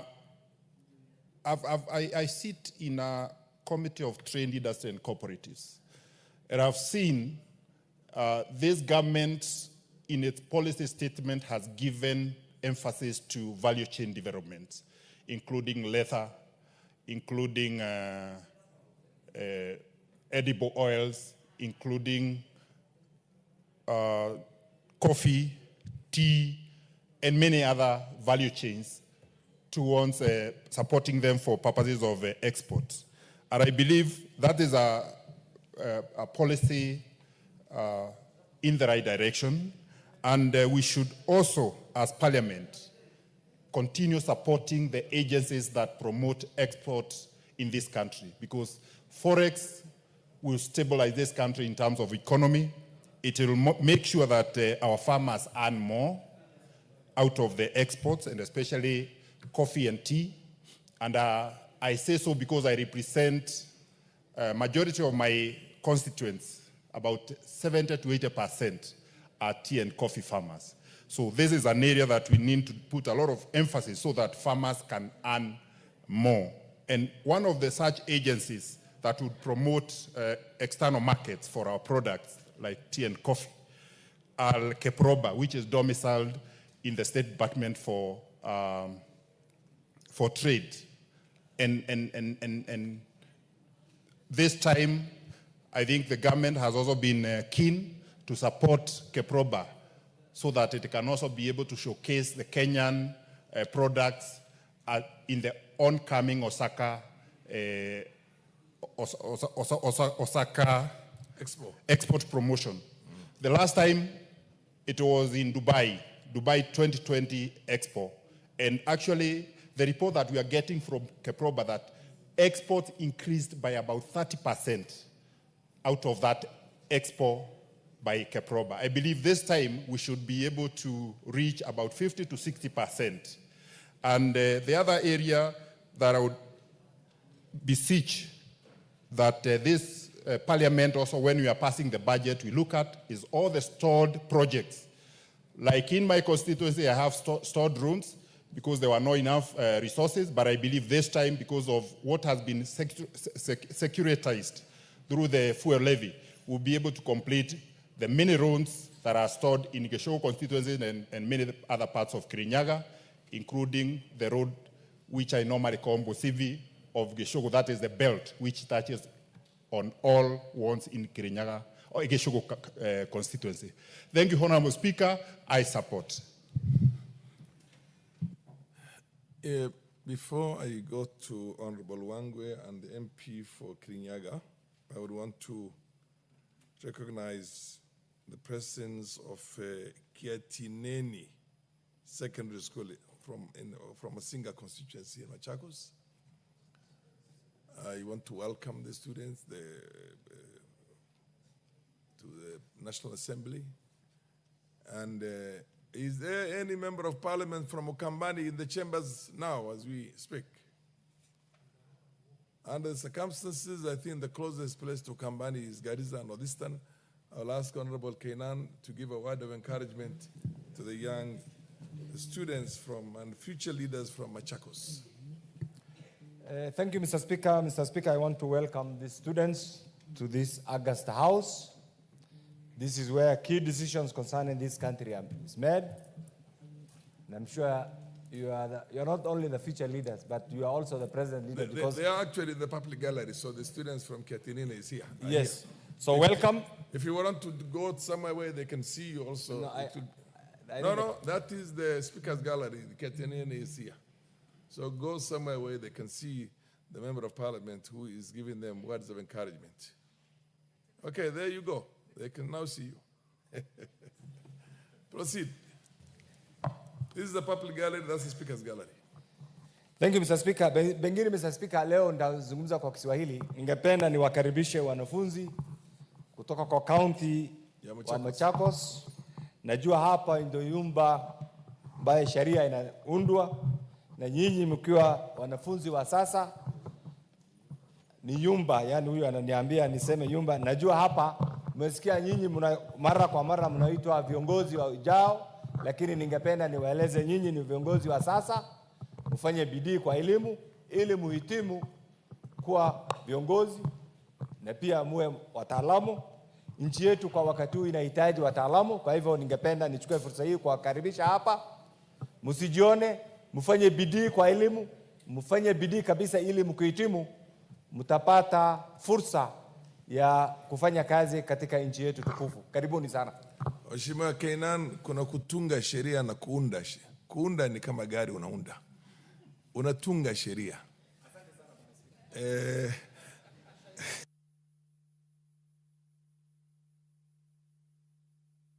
Of students from Greensville School from Kajiado. I want to welcome you, Kajiado students, in the Speaker's Gallery. And I noticed the Honorable Parashina is in the house. Honorable Parashina, give them words of encouragement, including taking on you if you don't perform very well in your duties as a member of parliament for one of the constituencies in Kajiado. Thank you so much, Mr. Speaker, and I appreciate that you have given me this opportunity to welcome the school from Kajiado County, to welcome them to this Lancaster House, and then to be able to see and study practically what we do as they follow the proceeding of this house. Mr. Speaker, I would like to encourage them that education is very paramount and is the key to success in life.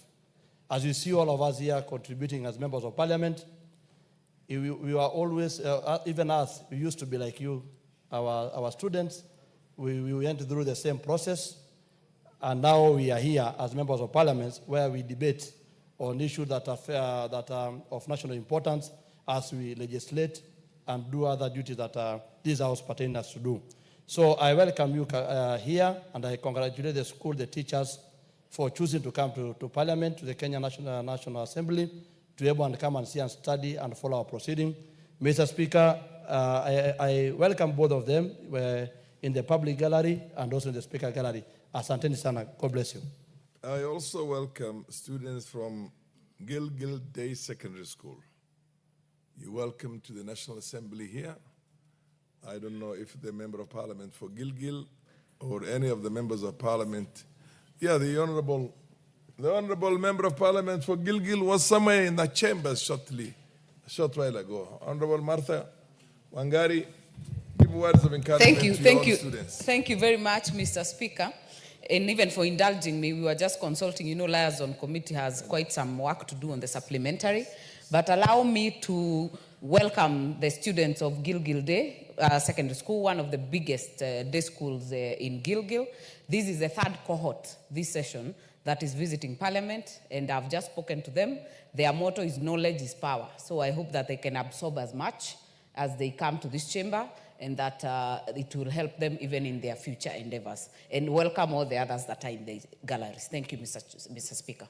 The Honorable Wangwe, followed by Madam Njeri, MP for Kirinyaga. Thank you, Honorable Speaker. Honorable Speaker, allow me to join my colleagues in supporting the BPS for 2025-2026. Honorable Speaker, this BPS identifies itself, and I want to quote the citation, as being consolidating gains under bottom-up economic transformation agenda for inclusive green growth. Honorable Speaker, you cannot look at the consolidation without looking at the previous years. And I want to look at what happens into the previous years, Honorable Speaker, vis-a-vis the budget that they've given us, or the ceiling that they've given us. This BPS, Honorable Speaker, suggests that the budget for 2025-26 shall be 4.2631 trillion. When you look at the analysis of that, Honorable Speaker, in terms of recurrent at 1.730 trillion, and development of 758 billion, Honorable Speaker, and rework it out in terms of percentage, you find that, Honorable Speaker, 69.5% shall go into recurrent, and 30.45% shall go into development. Honorable Speaker, that means we are not doing very well in terms of what we collect and spend in terms of recurrent and development. We need to really work towards making sure that percentage reverses. Recurrent can be 30, but we use more of what we collect to develop our country, Honorable Speaker.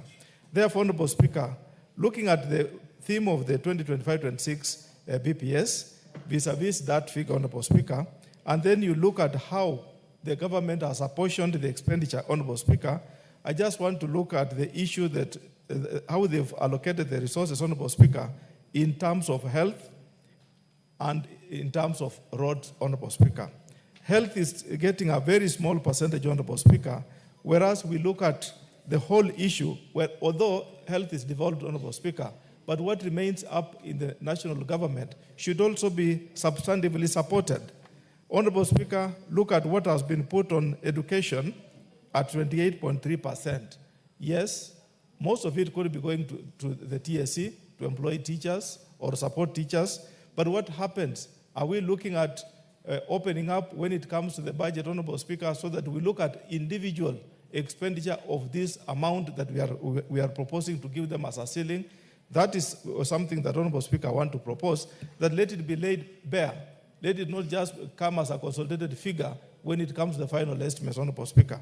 Let us open it, give it the itemize it all along so that we can be able, Honorable Speaker, to know what is it. And finally, Honorable Speaker, on the allocation, I want to look at the issue of allocation in terms of agriculture.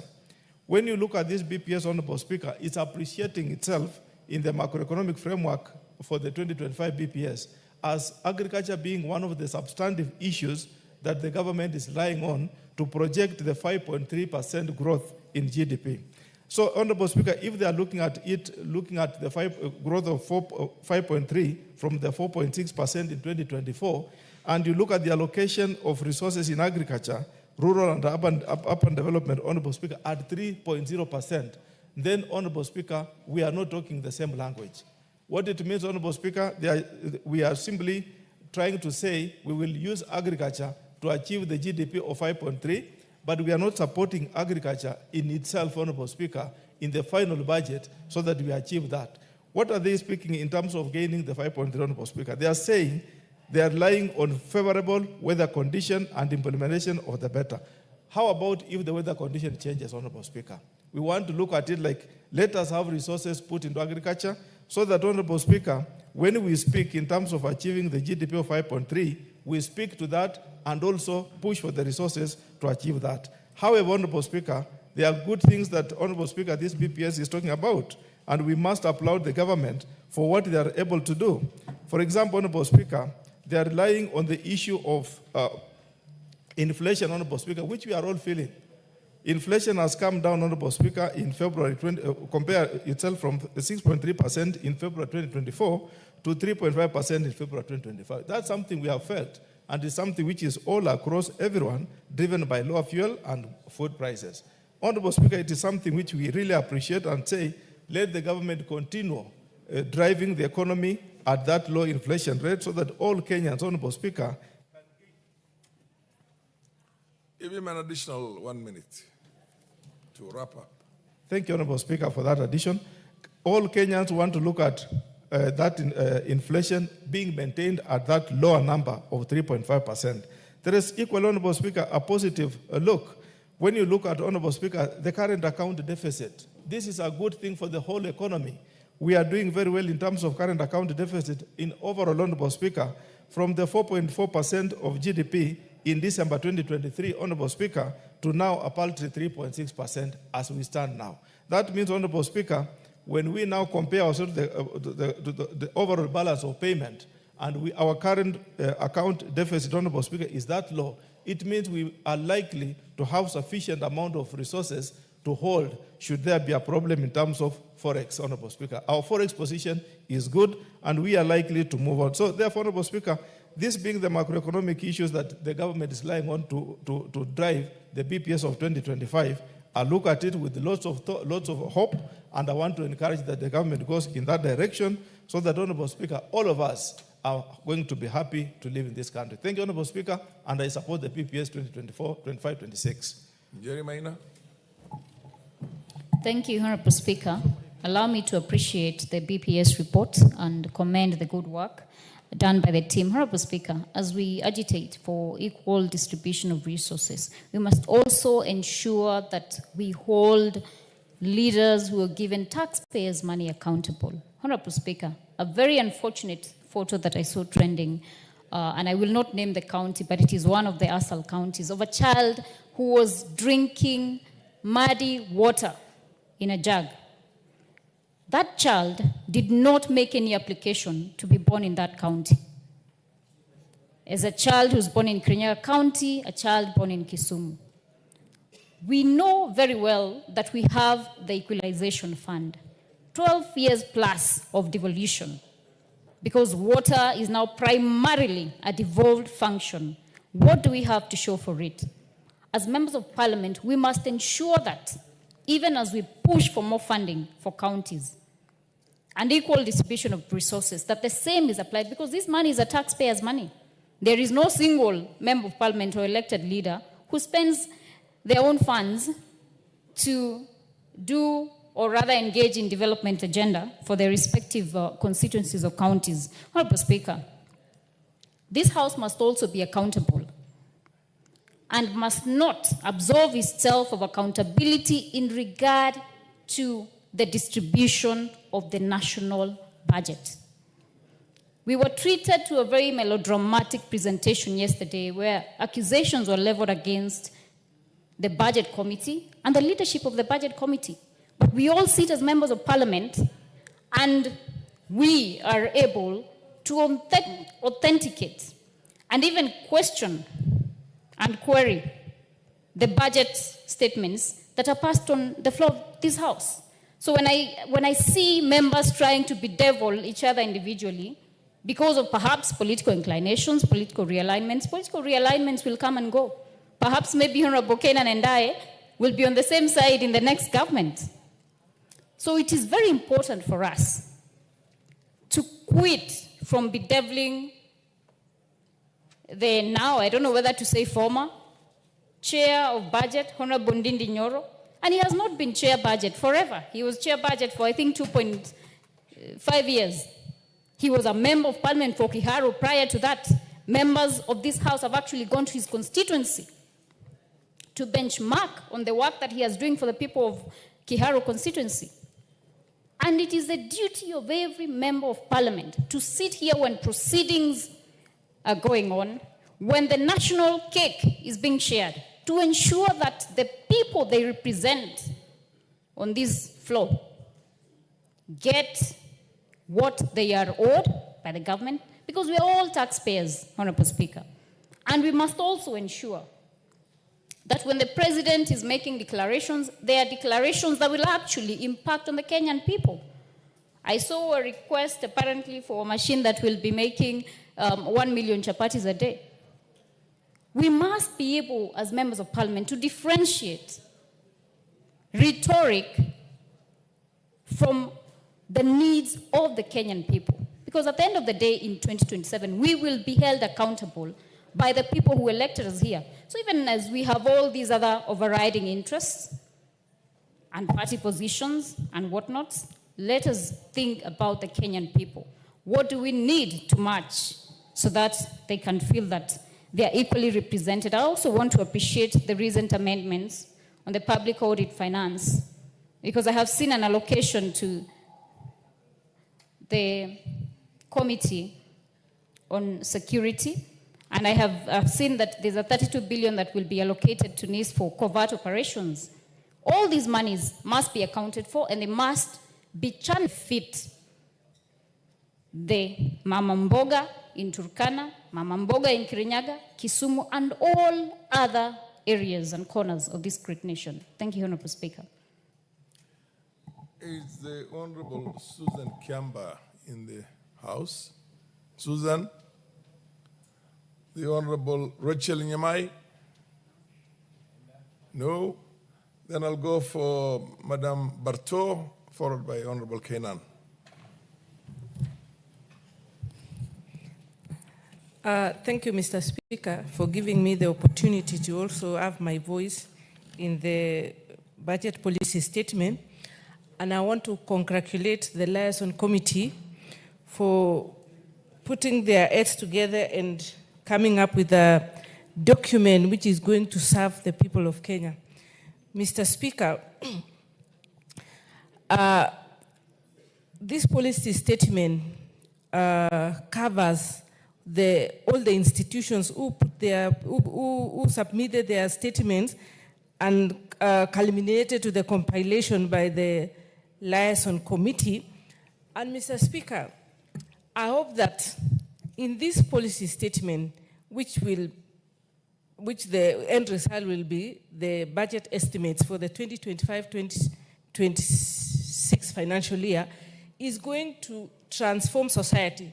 I hope it captured the needs of every corner of Kenya, so that we should be able to see the executive carrying out their mandate appropriately, Parliament doing the same, and judiciary expediting cases. And Mr. Speaker, I hope it captured it was a need-based budgetary policy statement, so that we will be able to see our constituencies having electricity in entirety. For example, I represent the great people of Moibin constituency. And as at now, we are at 49% connectivity in electricity. I would wish that going forward, after the budget, we raise our connectivity to 90%. We want to see our roads getting elevated to tarmac, and accessibility in the entire country.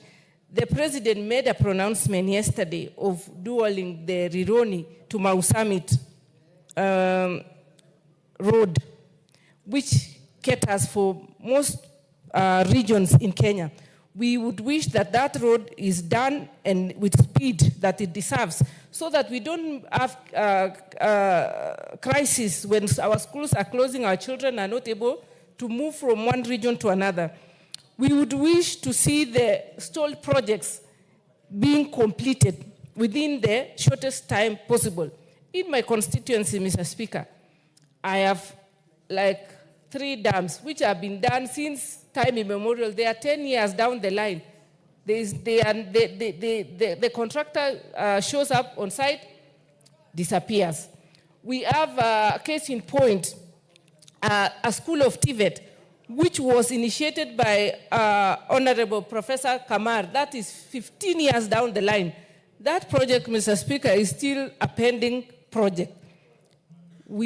I wish that with the passing of this budget policy statement and with the culmination of the main budget, let us have all the projects which are stalled. I was just giving a case of Moibin constituency because that is where I represent. But I know in the entire nation, we have so many other constituencies where they have such kind of projects. Our education system has just gone a transformation. We hope that we will not be going forward after the budget has been done. We will not have cases of our students in the streets, our teachers in the streets, our lecturers in the streets, our universities up in the streets, because all the needs which they have, all the resources which they require should have been adequately and also jobs for our young people. I hope in this budget, we are going to sort as much as possible the problems which we are facing as society so that we can have a smooth life all the way in the entire Kenya and outside our borders. Thank you, Mr. Speaker. Honorable Kenan. Did I see Honorable Kore raise his hand? Mr. Speaker, you don't have a card? In the old days, I'm assuming. Okay, then you'll be after him. Mr. Speaker, in the old days, this budget policy statement used to be the most guarded secret document actually in the entire country. You remember the way it used to be treated. And that actually gave relevancy to professional hoarders, professional illegal traders, and many other people. But luckily, courtesy of the current constitution, this budget policy statement now is a precursor to the main budget-making process. And the main budget-making process, Mr. Speaker, is a constitutional role of the Member of Parliament. Mr. Speaker, as we do this, and I look at the theme of this year, is consolidating gains under the bottom-up economic transformation agenda for inclusive green growth. And the word I want to use is inclusive green growth. Mr. Speaker, if you look at the face of Kenya, there are regions that have been neglected over the years. There are regions that have been stigmatized. There are regions that have been bastardized, and you know it. There are regions that have been completely neglected. When will these regions get an opportunity to catch up with other regions of the Republic of Kenya so that we have a society of equity, we have a society of equality, we have a society of the same norms in terms of economic development, in terms of appreciation of the dynamics of the Republic of Kenya, Mr. Speaker. Mr. Speaker, as we go through these documents, we must also look at the previous budgets. Were there physical disciplines? Were there public accountability? Were there prudent in expenditure? And Mr. Speaker, in all this, because we must also deal with the public perception, there must be equity, there must be fairness, there must be transparency, Mr. Speaker, so that the Kenyan public right now are pregnant with serious expectation with this particular budget, because the president has gone around to almost every region. Mr. Speaker, you know recently, His Excellency the President was in our region, and the kind of wish list that we presented, that wish list will only become a book phenomenon unless there's a budgetary provision. That's why for us who come from that region and all other regions that have been neglected over the years, we must look at this budget-making process critically so that we get a share of the national basket. If we don't do it, Mr. Speaker, then we will continue to be at the periphery, we'll continue to complain, and we'll continue also to raise the expectation of our voters without any meaningful development agenda. Mr. Speaker, I know there comes a time when there must be also, if you go back to the history of this country, Mr. Speaker, there are regions, it's a fact. These regions are what gave birth to the Republic of Kenya. There are regions where I come from, and you know where you also come from. I'm sure you have not seen, you have been a long-serving member of parliament. Where you come from, Dadaab and former Lagdera, I'm sure there's not even a kilometer of tarmac road. Not in Dadaab. Not in Dadaab. You are retiring. Yes. You are now, what will be the legacy? I have served in Wajir West. I have served in Eldas. I'm yet to see, still struggling to have the first kilometer of a tarmac road in Eldas. These are realities that we must face. Somebody else has tarmacked every bit of his constituency and right now attempting to tarmac the kraals of the cows and the hens and everything else. Are we going to live in the same country? How will that child whose kettle bomber has been tarmacked, and that child who comes from where I represent, who lacks water, who lacks basic health facilities, who has never seen tarmac, the very first definition that comes to the mind of that child, school-going child, is what is tarmac. A tarmac is a black substance found in down Kenya. So you must cite that kid. Where is down Kenya? And what is the definitional picture of a tarmac road? These are realities that we must face. And I want all Kenyans here to support the president in his attempt to unite the republic, in his attempt to bring development, to take development to every part of the Republic of Kenya. And we want to say kudos, Honorable Ruto. That is what we needed 60 years ago. That is what we needed 50 years ago. That is what we needed 40 years ago. That is what we needed 30 years ago. That is what we needed yesterday. It is happening right now. You are thinking out of the box. Those who are criticizing you just want to limit you to the village. Give him an additional 2 minutes.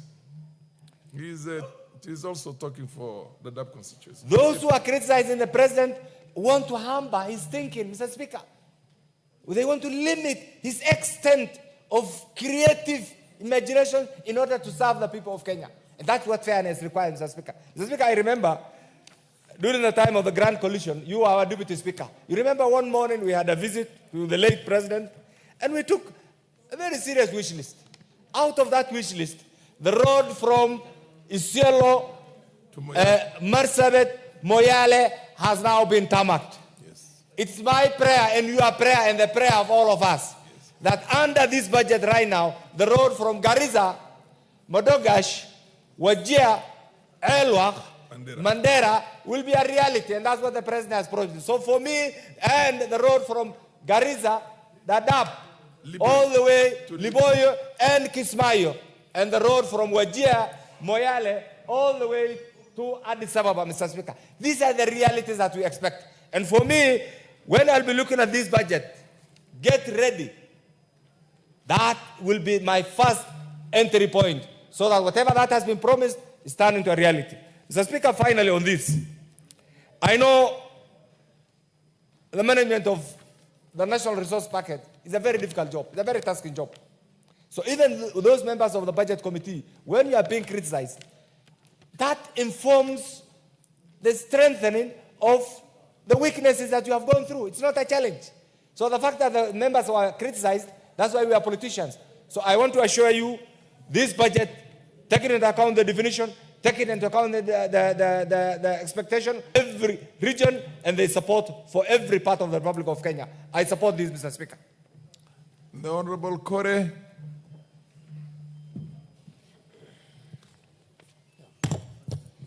Thank you, Honorable Speaker. From the onset, I congratulate the Liaison Committee, and I also support the adoption of the report of the Liaison Committee on the 2025-2026 budget, BPS, budget policy statement report. Honorable Speaker, I will not belabor on what has already been said by my colleagues. I'll just concentrate on a few areas which I think is pertinent to me. Honorable Speaker, I think we need to do some soul searching on the question of how we do our budgeting, just from the budget policy statement all the way to the actual budget that we normally do annually. Honorable Speaker, there are areas which are always a problem. For example, we are having a crisis in the education sector.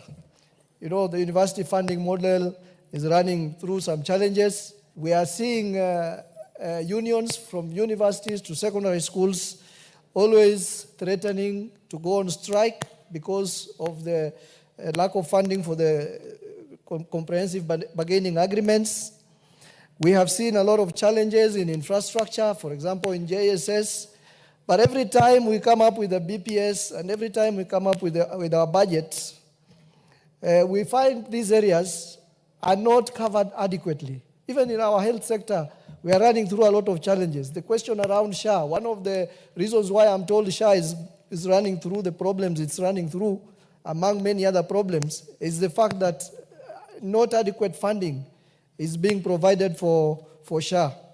Honorable Speaker, I think we need to review on how we do our budgeting so that we look at some of these critical areas which are always a challenge to our people, especially in the education sector and the health sector, so that we can adequately resource these areas and actually take care of them. Honorable Speaker, electricity, particularly from the region where I come from, is a major thing. As we speak, almost 60% of Mandera County is in darkness because of lack of electricity. The diesel-generated power is no longer sustainable, and it is problems to the people in our region. The biggest town in my constituency, for example, meant and was passed in a constitution by the people of this republic to bring equality all across the country and to bring areas that were marginalized historically to the same level to where other areas are in this country. A formula was introduced that that law was also meant to benefit areas that were not originally meant to benefit under that equalization fund. So, Honorable Speaker, even as we look at this of other counties, until when will we be able to equalize? So the others there, we saw the president was on Northeastern, and he promised in terms of even the national grid, we need to take it to part of Northeastern, to be taken to Turkana County, so that Kenya is served. Is served equally. Honorable Speaker, if you look at those areas that I've mentioned, those are very productive areas in this country. If we focus on putting the right resources, establishing irrigation schemes in those areas, then, Honorable Speaker, I have no doubt that this country will prosper. If you look at that country, like Egypt, it depends on River Nile to feed these people. Here in we have Lake Baringo, we have Lake Turkana. Irrigation is done in that part of the country. Honorable Speaker, even as we unite the country politically, we must also unite our country in terms of development so that everybody gets an equal share of development in this country. Thank you, Honorable Speaker. Fair enough, the chair is tempted to stomp. Chair, for one moment, feels like he should have been on the other side so that I can stomp my feet, but I can't do it from where I am. Thank you, Honorable Kipchumba. The Honorable Dick Maundu. Dick. Honorable Dick Maungu, sorry. That is a correct pronunciation. Yeah, Maungu. Thank you, Chair. Chair, allow me to join my colleagues in also adding my voice to this important subject on the budget policy statement. Chair, budget policy statement is an important framework within which we as a country expect to operate our budget for the financial year 25-26. And Chair, the budget stipulates and sets out clear ceilings, clear allocations to various sectors. And it's my prayer, Madam Chair, that this policy statement will move in to address the inequalities we have suffered as a country. Chair, Madam Speaker, where I come from, people may imagine that Luanda constituency is one of the best doing constituencies because it is an urban area. But unlike that, Chair, Mr. Speaker, electricity connectivity is at 1%. We have very many stalled projects. Oh, Mr. Speaker. Mr. Speaker, it is my prayer that this statement will address the historical injustices we have seen in terms of resource allocation. It's my prayer that this statement will move into to bring in equity and equitable distribution of resources. Because we have a country that is so unequal. We have a country where other regions are doing pretty well, other regions are struggling, Mr. Speaker. Mr. Speaker, over the years, we've had budgets tabled in this House, policy statements tabled in this House, but they move in towards specific areas. We have constituencies in this country whose electricity connection is over 90%. We have others who actually survive at less than 15% or thereabout, Mr. Speaker, including mine, where we have around 31%.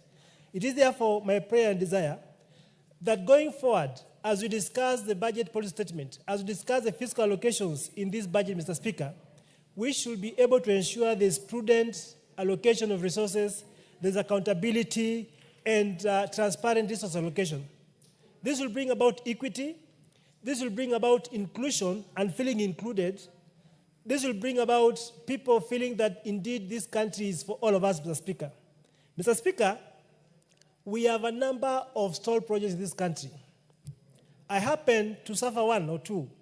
We have projects that began years ago, yet we continue to see new projects being undertaken, new roads being constructed, yet we still have pending projects that began decades ago, Mr. Speaker, that ought to be completed before we can actually begin others.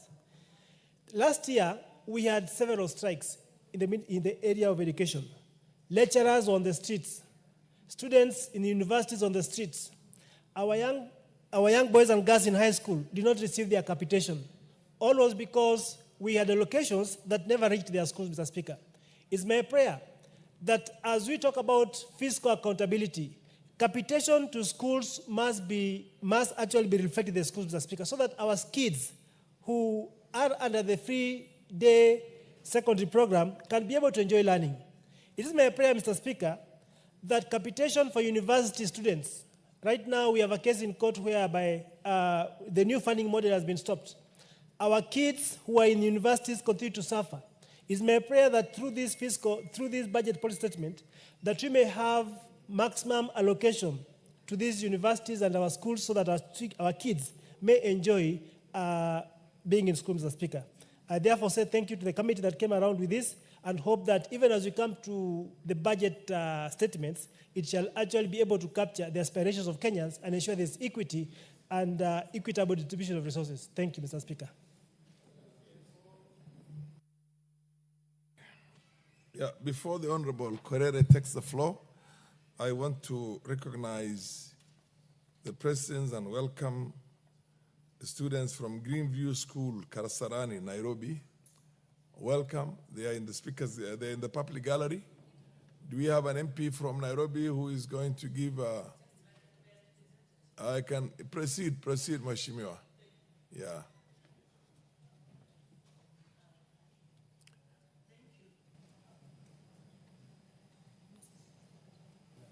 Yeah, they're still missing. Okay, get closer. Thank you, Mr. Speaker. Indeed, it's a privilege to grant me this opportunity to talk to our young ones.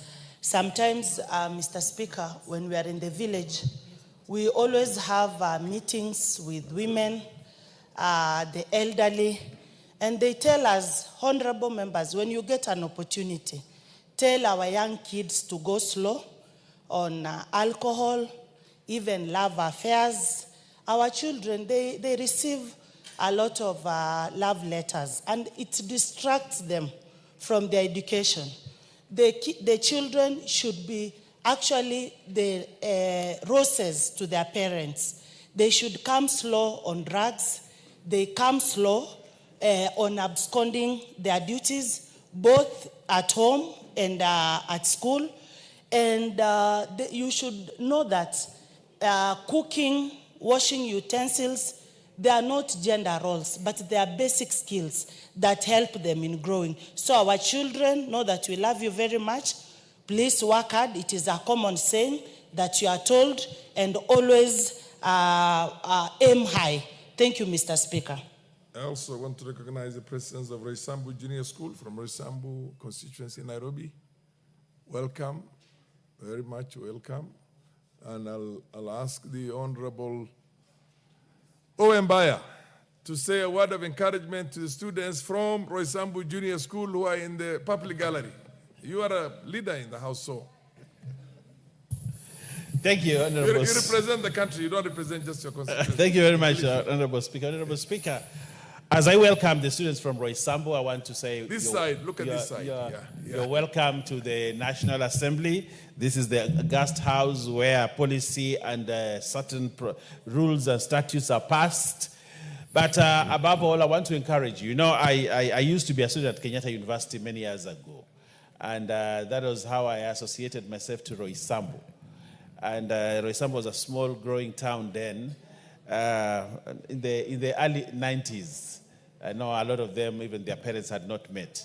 But then I want to encourage you as you pursue your education, always have a vision, but that vision must always have a focus.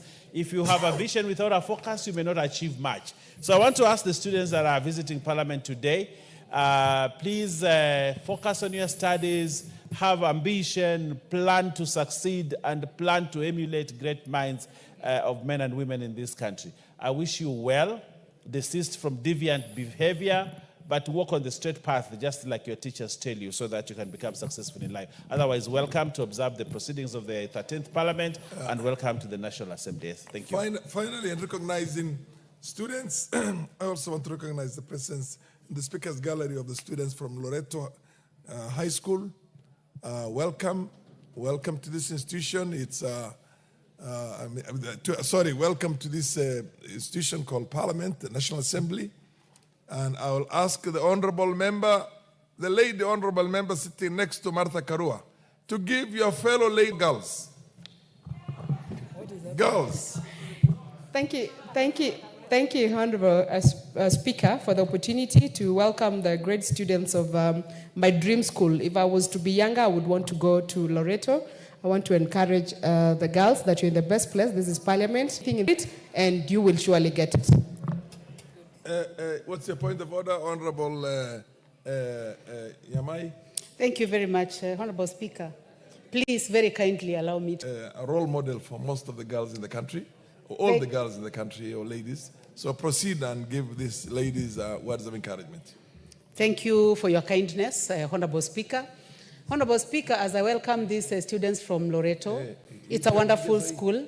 It is a school where so many young people would love to go to, and it is a school where they can excel, and go all the way to the place where they would like to go. So we welcome you.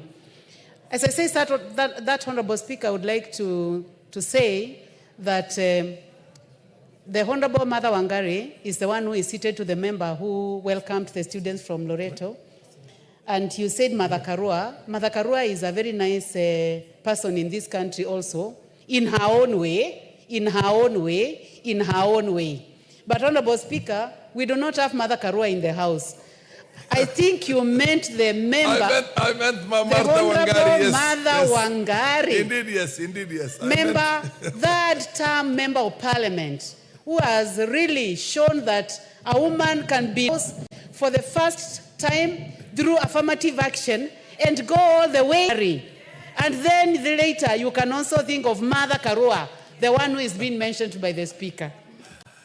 I think I've had in my psyche Martha Karua for far too long, because we came to Parliament on the same day in 1992.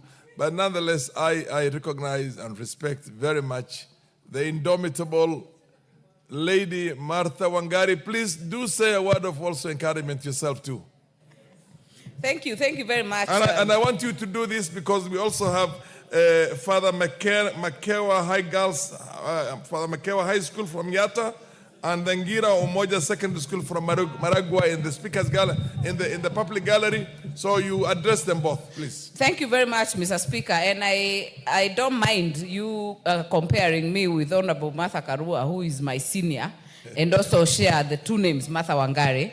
But more importantly, thank you for the clarification. We share the names, not the same person, but walking in the footsteps to serve as many years as we can in this house. Mr. Speaker, allow me to recognize the students as they are coming in. And I had said earlier, Mr. Speaker, it's a very busy day. If you go outside here, there are very many schools queuing to come in. So I would want to encourage the girls and indeed the boys, Mr. Speaker, because a balanced society has to have both gender, so that we are able to make a balanced community, and encourage them that they can learn as much positive as they can from this house to ensure that it contributes to their future. Thank you very much, Mr. Speaker. The Honorable Korere.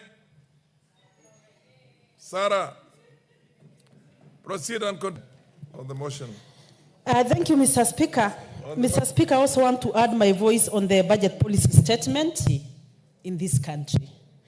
And Mr. Speaker, we really have to amplify our voices on the same.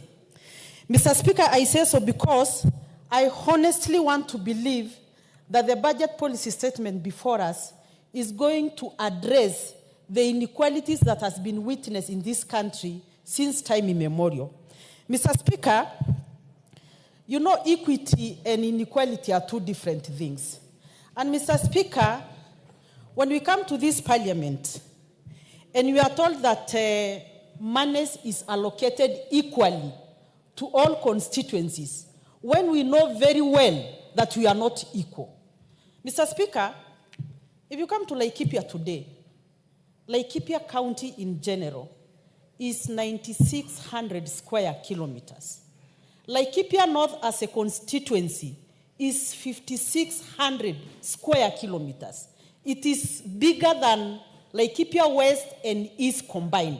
But when you look at the 22%, the monies on the roads, we are allocated exactly the same monies. With a constituency, for example, Mr. Speaker, in central Kenya, say Murang'a, for example, Kiambu, where the member of parliament can wake up one day and go around the whole constituency before midday and come to attend sessions in this parliament. Mr. Speaker, you wonder where the equity is. It is very, very unequal. And that is why, Mr. Speaker, in this era, in the 21st century, in northern Kenya, in Laikipia North, while people are talking of stock exchange, we are still talking of stock theft. Why? Because, Mr. Speaker, when the monies for low-cost boarding is being reduced, and when government officials who have no idea what children in northern Kenya go through to go to school just sit down and make a statement, a blanket statement, that they are going to abolish boarding schools, including in northern Kenya, it is pathetic. Honorable Speaker, you know, you cannot budget monies, more monies to feed prisoners and reduce monies to feed our school-going children.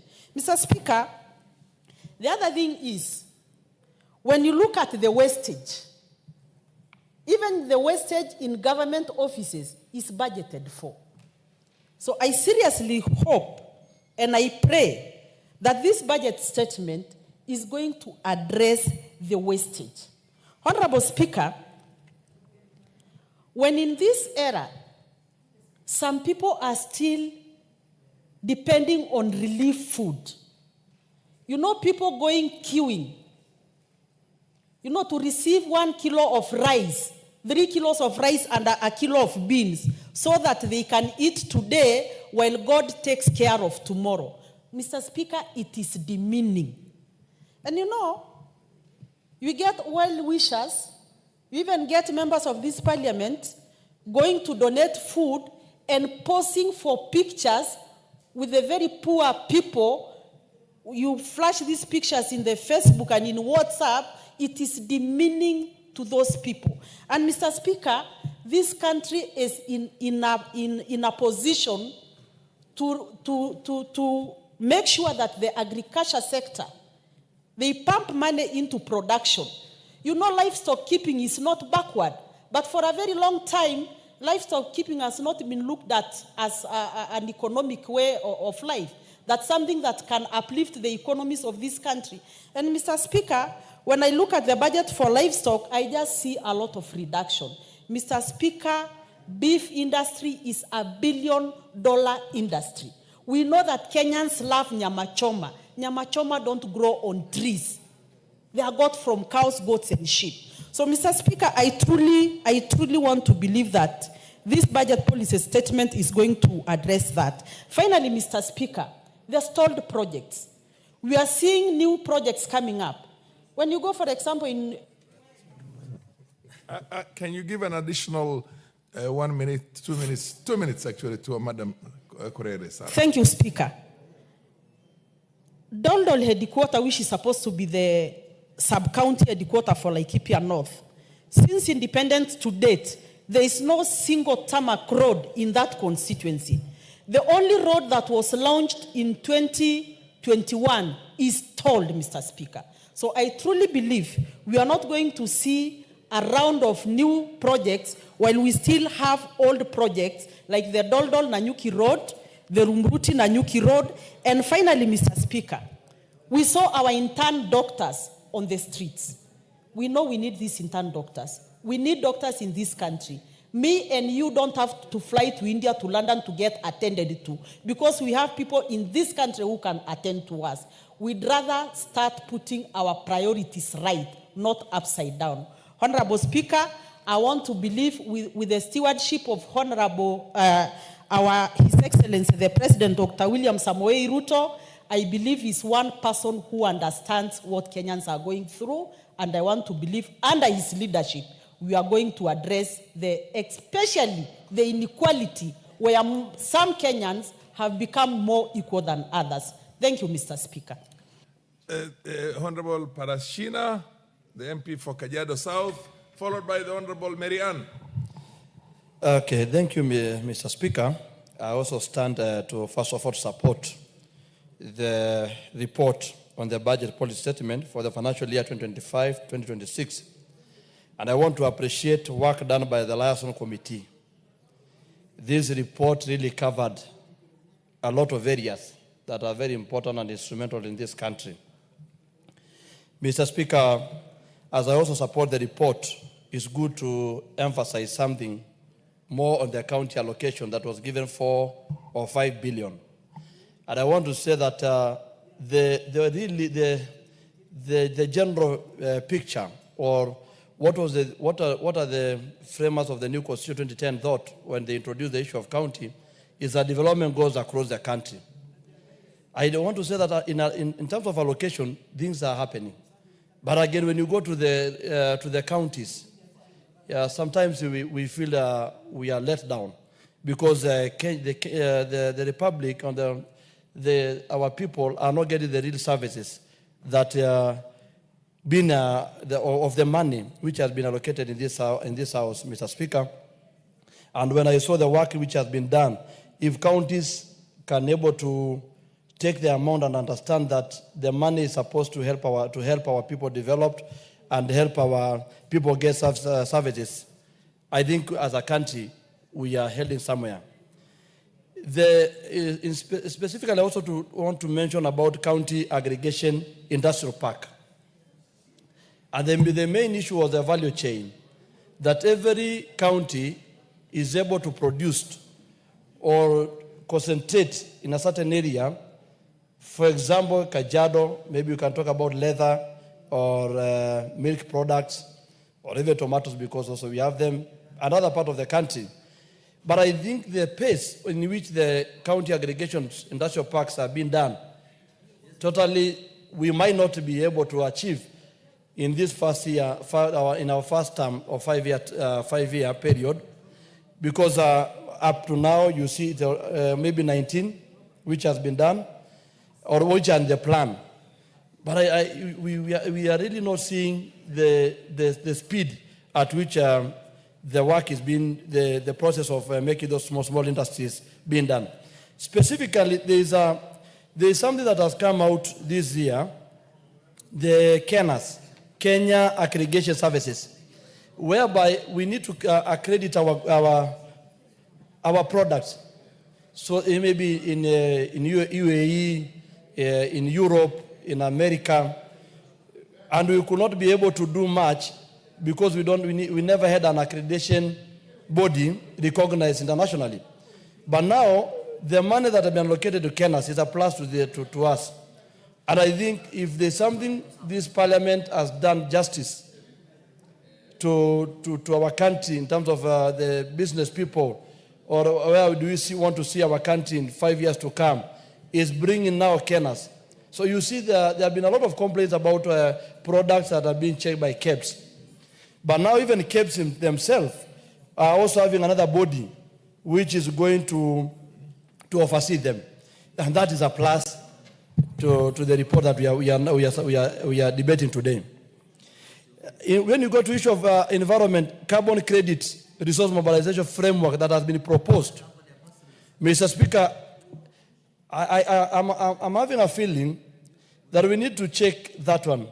Clearly, when we want to do tax against carbon credits, and the market totally is international, we might in a certain time, maybe in some years to come, and investors might choose to go other places, maybe even Paraguay or other countries, Gabon, that there are not really issue of taxes in the carbon. So I need to see how the framework is going to work out.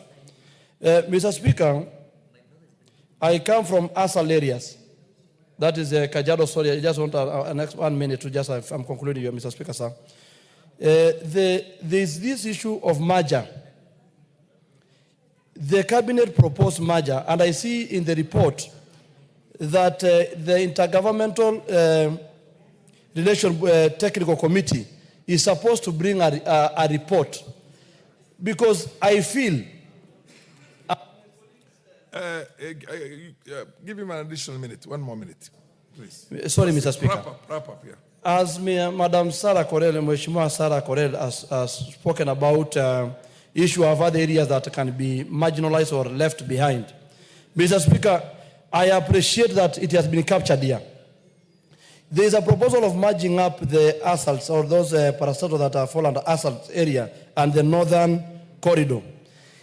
And Mr. Speaker, if there are a lot of projects that we have that are stalled already, for example, the tomato factory that is being done by ENSIDA in Kajiado South, that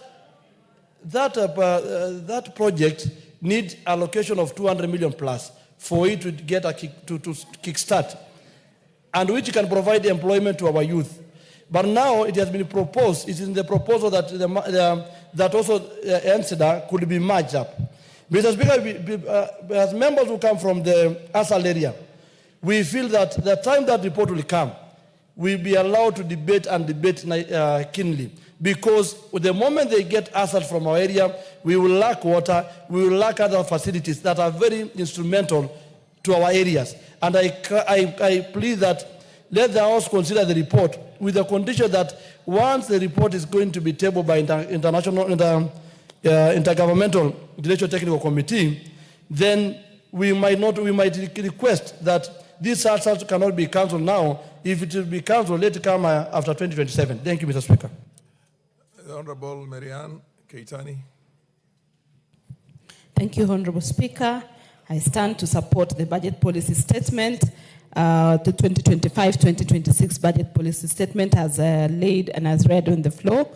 And the reason for this is because the budget that has been approved with a ceiling of about 2.4 billion at the executive will go a long way in helping to achieve a lot of the development agenda. The Constitution of Kenya talks about equity and equitable distribution of resources. And in this budget policy statement, we would like to see equitable distribution of resources like roads, areas where I come from like Aldai and Nandi, which has not been seeing a lot of development in roads, so we should be able to get some. And similar to places like where the president was the other day, that is Northeastern, they should be able to get also equitable resources of redistribution of resources like roads, water, and all those other resources to be the same as any other part of this country. And in this budget policy statement, Honorable Speaker, I know that we've put a lot of development in terms of creation of businesses, or creation of businesses in this country, and getting a good environment for our businesses to thrive. A case in point and an example is that in the counties, we have actually put money for county aggregation and industrial parks that will spur economic growth, because it will allow the youth, the young people, and the people in the communities to be able to grow business and be able to develop businesses in environments that are already pre-done under the county aggregation and industrial parks. Also, the special economic zones, the EPZs, those are the areas that we hope to see a lot of development or a lot of infrastructure development going in there, so that investors who are coming into this country, as well as our own local investors, have a nice leveraging environment to be able to grow their businesses. Because we find that a lot of people who want to start businesses find a very uphill task trying to put up a warehouse, to put up electricity, to put up all those infrastructural requirements, and that becomes it becomes a negative because they may not be able to have those resources. But if we are able to create parks that are plug and play, these investors come in and start doing direct investments, then we find even the unemployment that we are talking about from our youth becomes an easy and becomes a better place where this youth can get employed. So the cost of unemployment, we hope in this budget policy statement 25-26, we'll see a lot of development and a lot of resources put in places where our youth will get employment.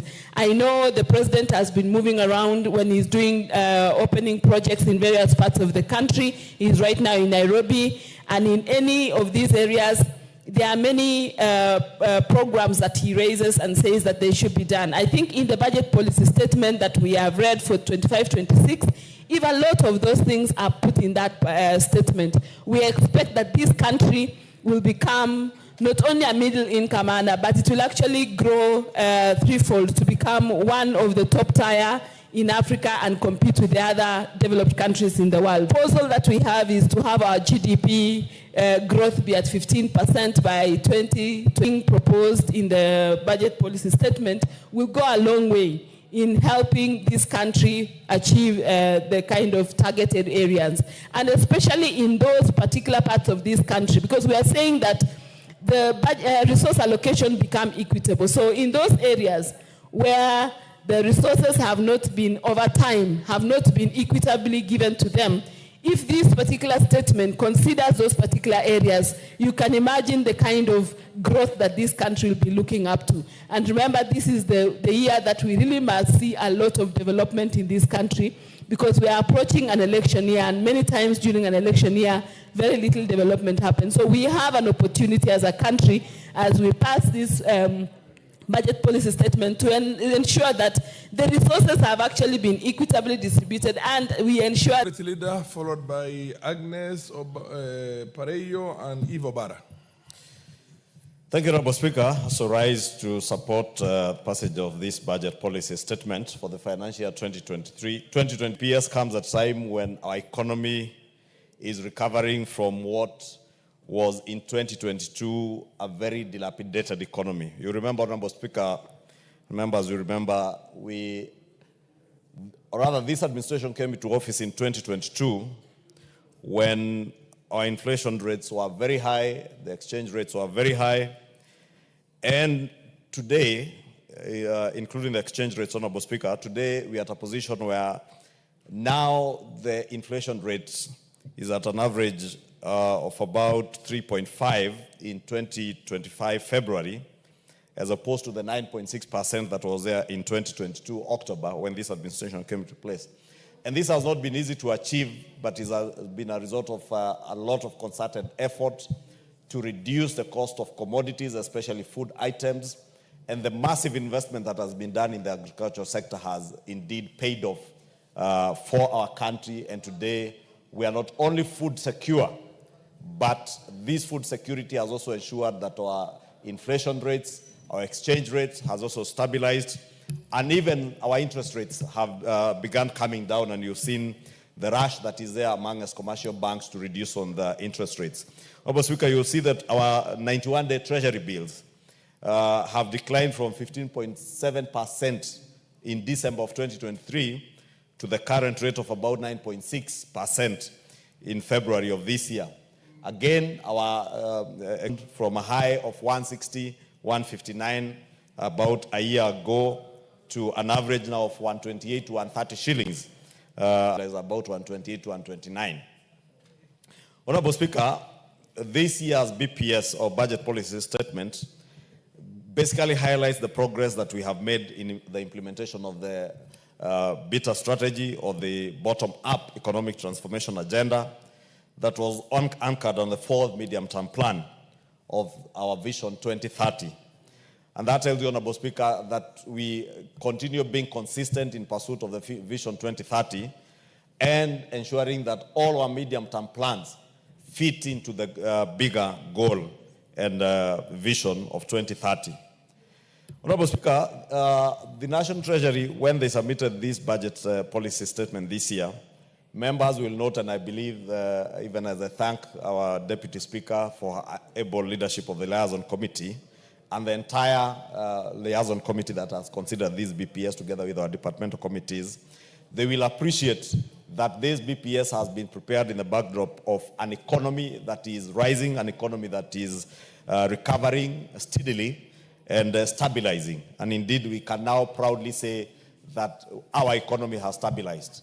The debt challenge that we had is also being addressed very well, and I'm happy that even this budget policy statement has laid very good or special emphasis on fiscal consolidation to reduce our public debt vulnerabilities, while providing fiscal space to deliver on essential goods and services, especially in ensuring that we have adequate funds to roll out the development agenda that we have promised the people of Kenya. And I am happy that even as we assert we have stabilized our economy, we are also opening up the fiscal space to be able to roll out development programs. And I must also use this opportunity to thank and recognize the efforts I have seen even from the Office of the Comptroller of Budget. Honorable Speaker, recently when we said that there are issues in the Comptroller of Budget's office in terms of accountability, when they do well, we also recognize, and I must recognize the work that I saw her roll out yesterday in terms of establishing a framework on approval processes that will ensure counties and county governments are able to access money, and the approval process is seamless. And it is clear the criteria on which approvals are made from that office, so that governors and county government officers are not extorted by officers in that office, because it is a fact of life that extortion has been going on. But I am glad I saw yesterday that action has been taken following those calls that we made in this House, Honorable Speaker. And also in ensuring that there's a criteria set in terms of approval, even for development work, so that we do not spend all our money on recurrent expenditure, both in the county level of government and also in the national government, Honorable Speaker. And I'm sure even towards the end of this week, without anticipating debate, even as we work on the Division of Revenue Bill that will be coming for first reading, hopefully before we commence on the short recess, these are some of the issues even our county governments will look into. Honorable Speaker, as I said, the efforts to bring down our public debt are quite evident, and people will bear me witness that our public debt is on a downward path that is consistent with our debt anchor as passed by this House and our colleagues in the Senate. I've said this, Honorable Speaker, that this BPS is anchored on those two issues of fiscal consolidation and proper management of our debt vulnerability. And Honorable Speaker, on tax measures, Honorable Speaker, part of that fiscal consolidation efforts, as we reduce our public expenditure, Honorable Speaker, we also look at boosting our revenues. And I'm happy that this budget policy statement speaks to measures towards enhancing our revenues. And I'm happy that this has been brought to us as a combination of tax administrative matters, not just increment of taxes, tax policy reforms that include strengthening our tax administration to enhance compliance, in order to expand our tax base, but also more importantly, to reduce our tax expenditures, Honorable Speaker. And in reduction of tax expenditures, Honorable Speaker, members will remember even last year's finance bill had very good measures on reducing tax expenditure. Very good measures. Because tax expenditure, Honorable Speaker, at the end of the day benefits more of business people than the consumer. And especially in the area of value-added taxation. Because that is the area that we are most vulnerable in terms of high tax expenditures. Because you find so many exemptions on VAT and other taxes that ought to benefit consumers but end up only benefiting the traders and business community. And Honorable Speaker, I am glad that the National Treasury has seen the need to ensure that we minimize on tax expenditures while also leveraging on technology. And I must speak to this, Honorable Speaker, because we have been told over the years we will leverage on technology to enhance revenue mobilization and revenue collection, but we never see it coming.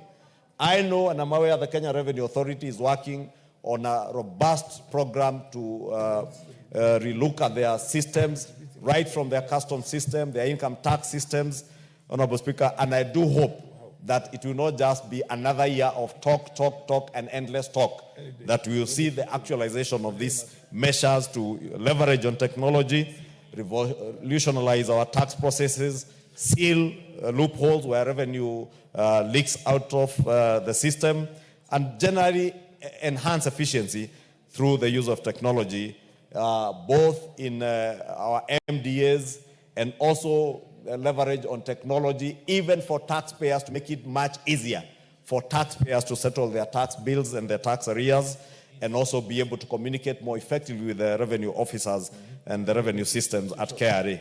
And Honorable Speaker, I say that because there are also measures, and I spoke to it last week, because I see, again, in this budget policy statement, in terms of strengthening our expenditure control and improving efficiency and effectiveness in public spending, the National Treasury is telling us that they will also ensure that they leverage on technology, on e-procurement, to have an end-to-end e-procurement system to maximize the value for money and increase transparency in procurement. Honorable Speaker, these are very good semantics. And I reminded the National Treasury last week that none other than the President, in his State of the Nation address towards the end of last year, committed before this House that he has directed the National Treasury to ensure that e-procurement is a reality before the end of the first quarter. Let me remind CS John Buddy and PS Kipto and those who are in charge of the National Treasury. We have less than 45 days to the end of the first quarter. By the time they bring the annual estimates, we want a report on the actualization of that directive by the President on e-procurement, because we cannot talk about efficient procurement, efficient use of public resources in terms of public expenditure if we are not leveraging on technology, Honorable Speaker. And I know there is immense resistance in government on e-procurement, but it must be done because it is the right thing to do for the country. It may not be popular with our procurement officers in the public sector, Honorable Speaker. It may not be popular with many business people who rig the system to get tenders that they do not deserve or for amounts that do not give value for money. But it is the right thing to do for the country, and we must insist as a House, and that's why I have taken liberty, Honorable Speaker, to remind the National Treasury that as they bring their annual estimates later next month, they must also give us a report on the status of implementation of e-procurement. Honorable Speaker, lastly, in conclusion, let me urge the House, now that we have concluded with elections of some of the departmental committees that had the election this morning, including the Budget and Appropriations Committee, as I congratulate the Honorable Atandi and the Honorable Robert Pukose, I want to urge them and all members of the Budget and Appropriations Committee, adhere to what we said yesterday. Do your work in the best interest of the country and to ensure there is equitable share of resources across the country and across all our counties, and also to ensure that the budget ceilings as approved in this BPS process are adhered to by all MDAs.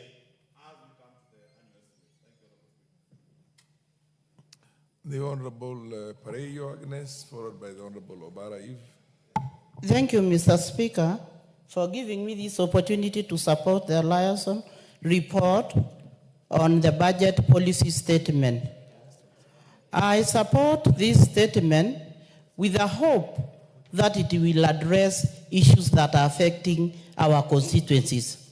Because at the end of it all, it is the constituencies or what they benefit will matter. And I say so, Mr. Speaker, because I see that in terms of equitable distribution of resources, we are not all equal. I look at my constituency, where I come from, we still have problems with the roads. Our roads are unpassable. And I hope that this statement will address issues affecting roads in my constituency. My constituency, we produce wheat, and every time that we harvest wheat, there is always a problem of brokers coming in between, importing wheat, and therefore we don't get market for our wheat. And this is what our people expect to develop their families and take their children to school. And I hope that because of the roads that we have, and we have no dryers that they can take the wheat, so we are always on a loss. And every year we argue because we all need what other Kenyans have. We have no electricity, we have no clean water, we still drink or take water that is not fit for human consumption. And I support this report again because I think it will look into injustices that happen to other constituencies, because we are not all equal. There are people with tarmac roads, and when I stand there, we have no single tarmac road in Narok North. That is the constituency I come from. And that is where we get wheat, that is where we get potatoes, that's where we feed Nairobi. Yet, when it rains like yesterday, I was receiving calls from everybody with an where they expect me to do the roads for them. But when I look at the resources, they are not there. So I want to ask the government to look to constituencies or those areas that are not developed, because we are not all equal. With those few remarks, I want to support the statement with a hope that we will see equitable distribution of resources. Okay. We do also have a National Cereal Board, where these people are supposed to take their wheat when it is raining. We have no dryers there. I still want to remind the government that we also need dryers for our people to avoid their wheat being destroyed in their farms. Okay, Honorable Eva Bara, to say something on the boarding schools, because I don't support boarding schools. Thank you very much. Thank you very much, Mr. Speaker. Proceed, Honorable Eva Bara. Thank you very much, Mr. Speaker, for giving me the opportunity to also support the passage of this budget statement. Mr. Speaker, I had actually put up my hand at that time. I wanted to welcome, just before I get into the budget statement, I wanted to welcome the girls from Loreto High School. Mr. Speaker, that is actually my school.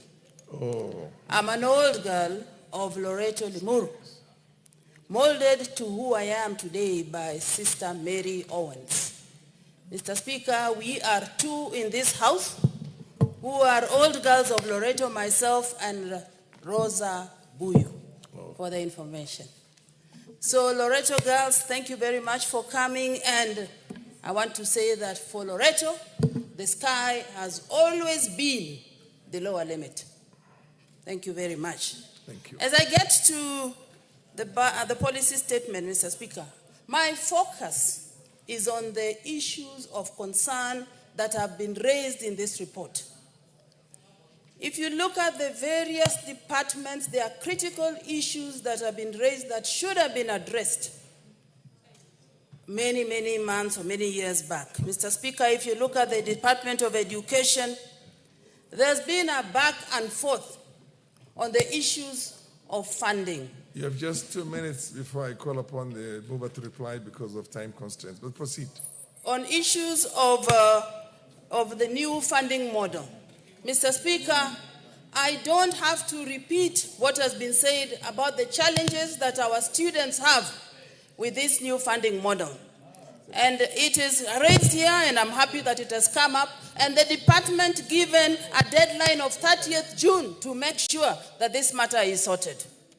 2, Mr. Speaker, is on the issues of TVET, with a clear guideline to stop the confusion that we see when it comes to matters of promotion, deployment. These issues are critical issues that affect the department, and this deadline must be honored, Mr. Speaker. And not only that, in other departments as well. You can see that deadlines have been given, but we must focus on these deadlines to make sure that we hold the departments accountable to do the things that they're supposed to do so that the resources are equitably distributed amongst Kenyans. Mr. Speaker, thank you. Okay. For the time that you have given me, I would have said much that have been raised, but given time, I will discuss it at another time. Thank you very much. Thank you, thank you. The Honorable DS, I presume you are initially laying on the table the supplementary estimates. And then after that, you will have to reply. Honorable Speaker. And give notice of motion as well, please. Yes. Yeah, proceed. Honorable Speaker, I beg to lay the following paper on the table of the House today, Wednesday, 12 March 2025. This is the report of the Liaison Committee on its consideration of the second supplementary estimates for the financial year 2024-2025 and a compendium of departmental committee reports on their consideration of the supplementary estimate. Thank you, Honorable Speaker. Notice. Go ahead and give the notice.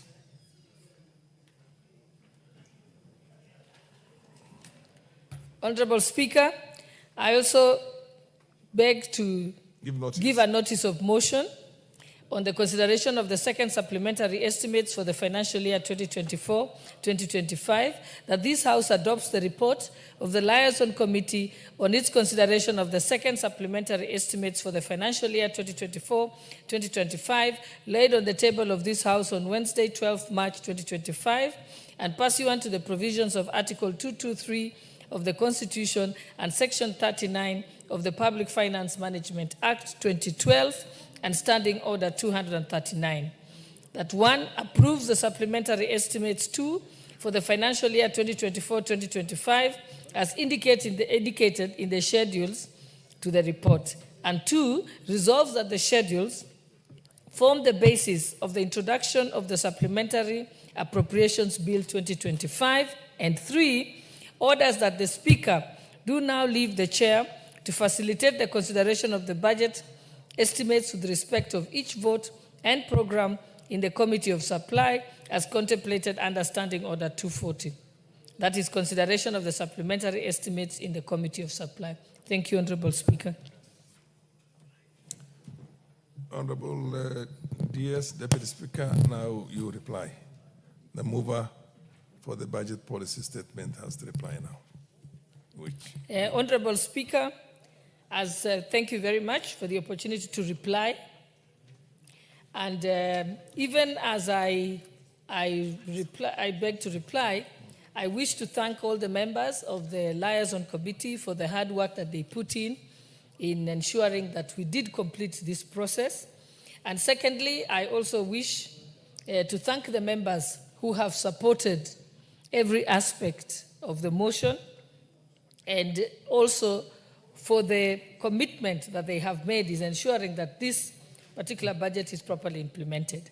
And also, lastly, I would like to congratulate the new chairperson of the Budget Committee, Honorable Atandi, and also to welcome the new budget committee, the incoming budget committee, and then I wish to request them to ensure that they adhere to the ceilings as set out in the BPS and also in the supplementary budget too. And with that, Honorable Speaker, I beg to reply.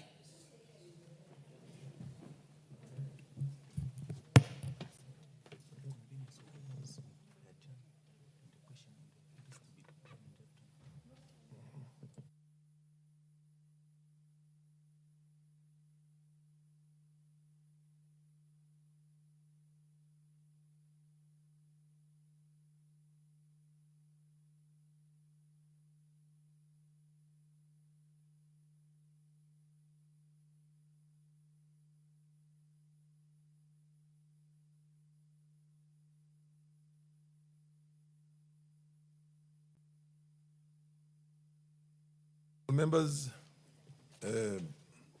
we have 2 minutes to go to the conclusion of the morning session.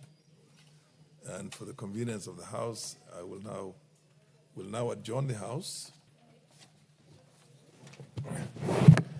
Honorable members, please rise. Honorable members, the time being 12:59 p.m., this House stands adjourned until today, Wednesday, the 12th of March, 2025, at 2:30 p.m.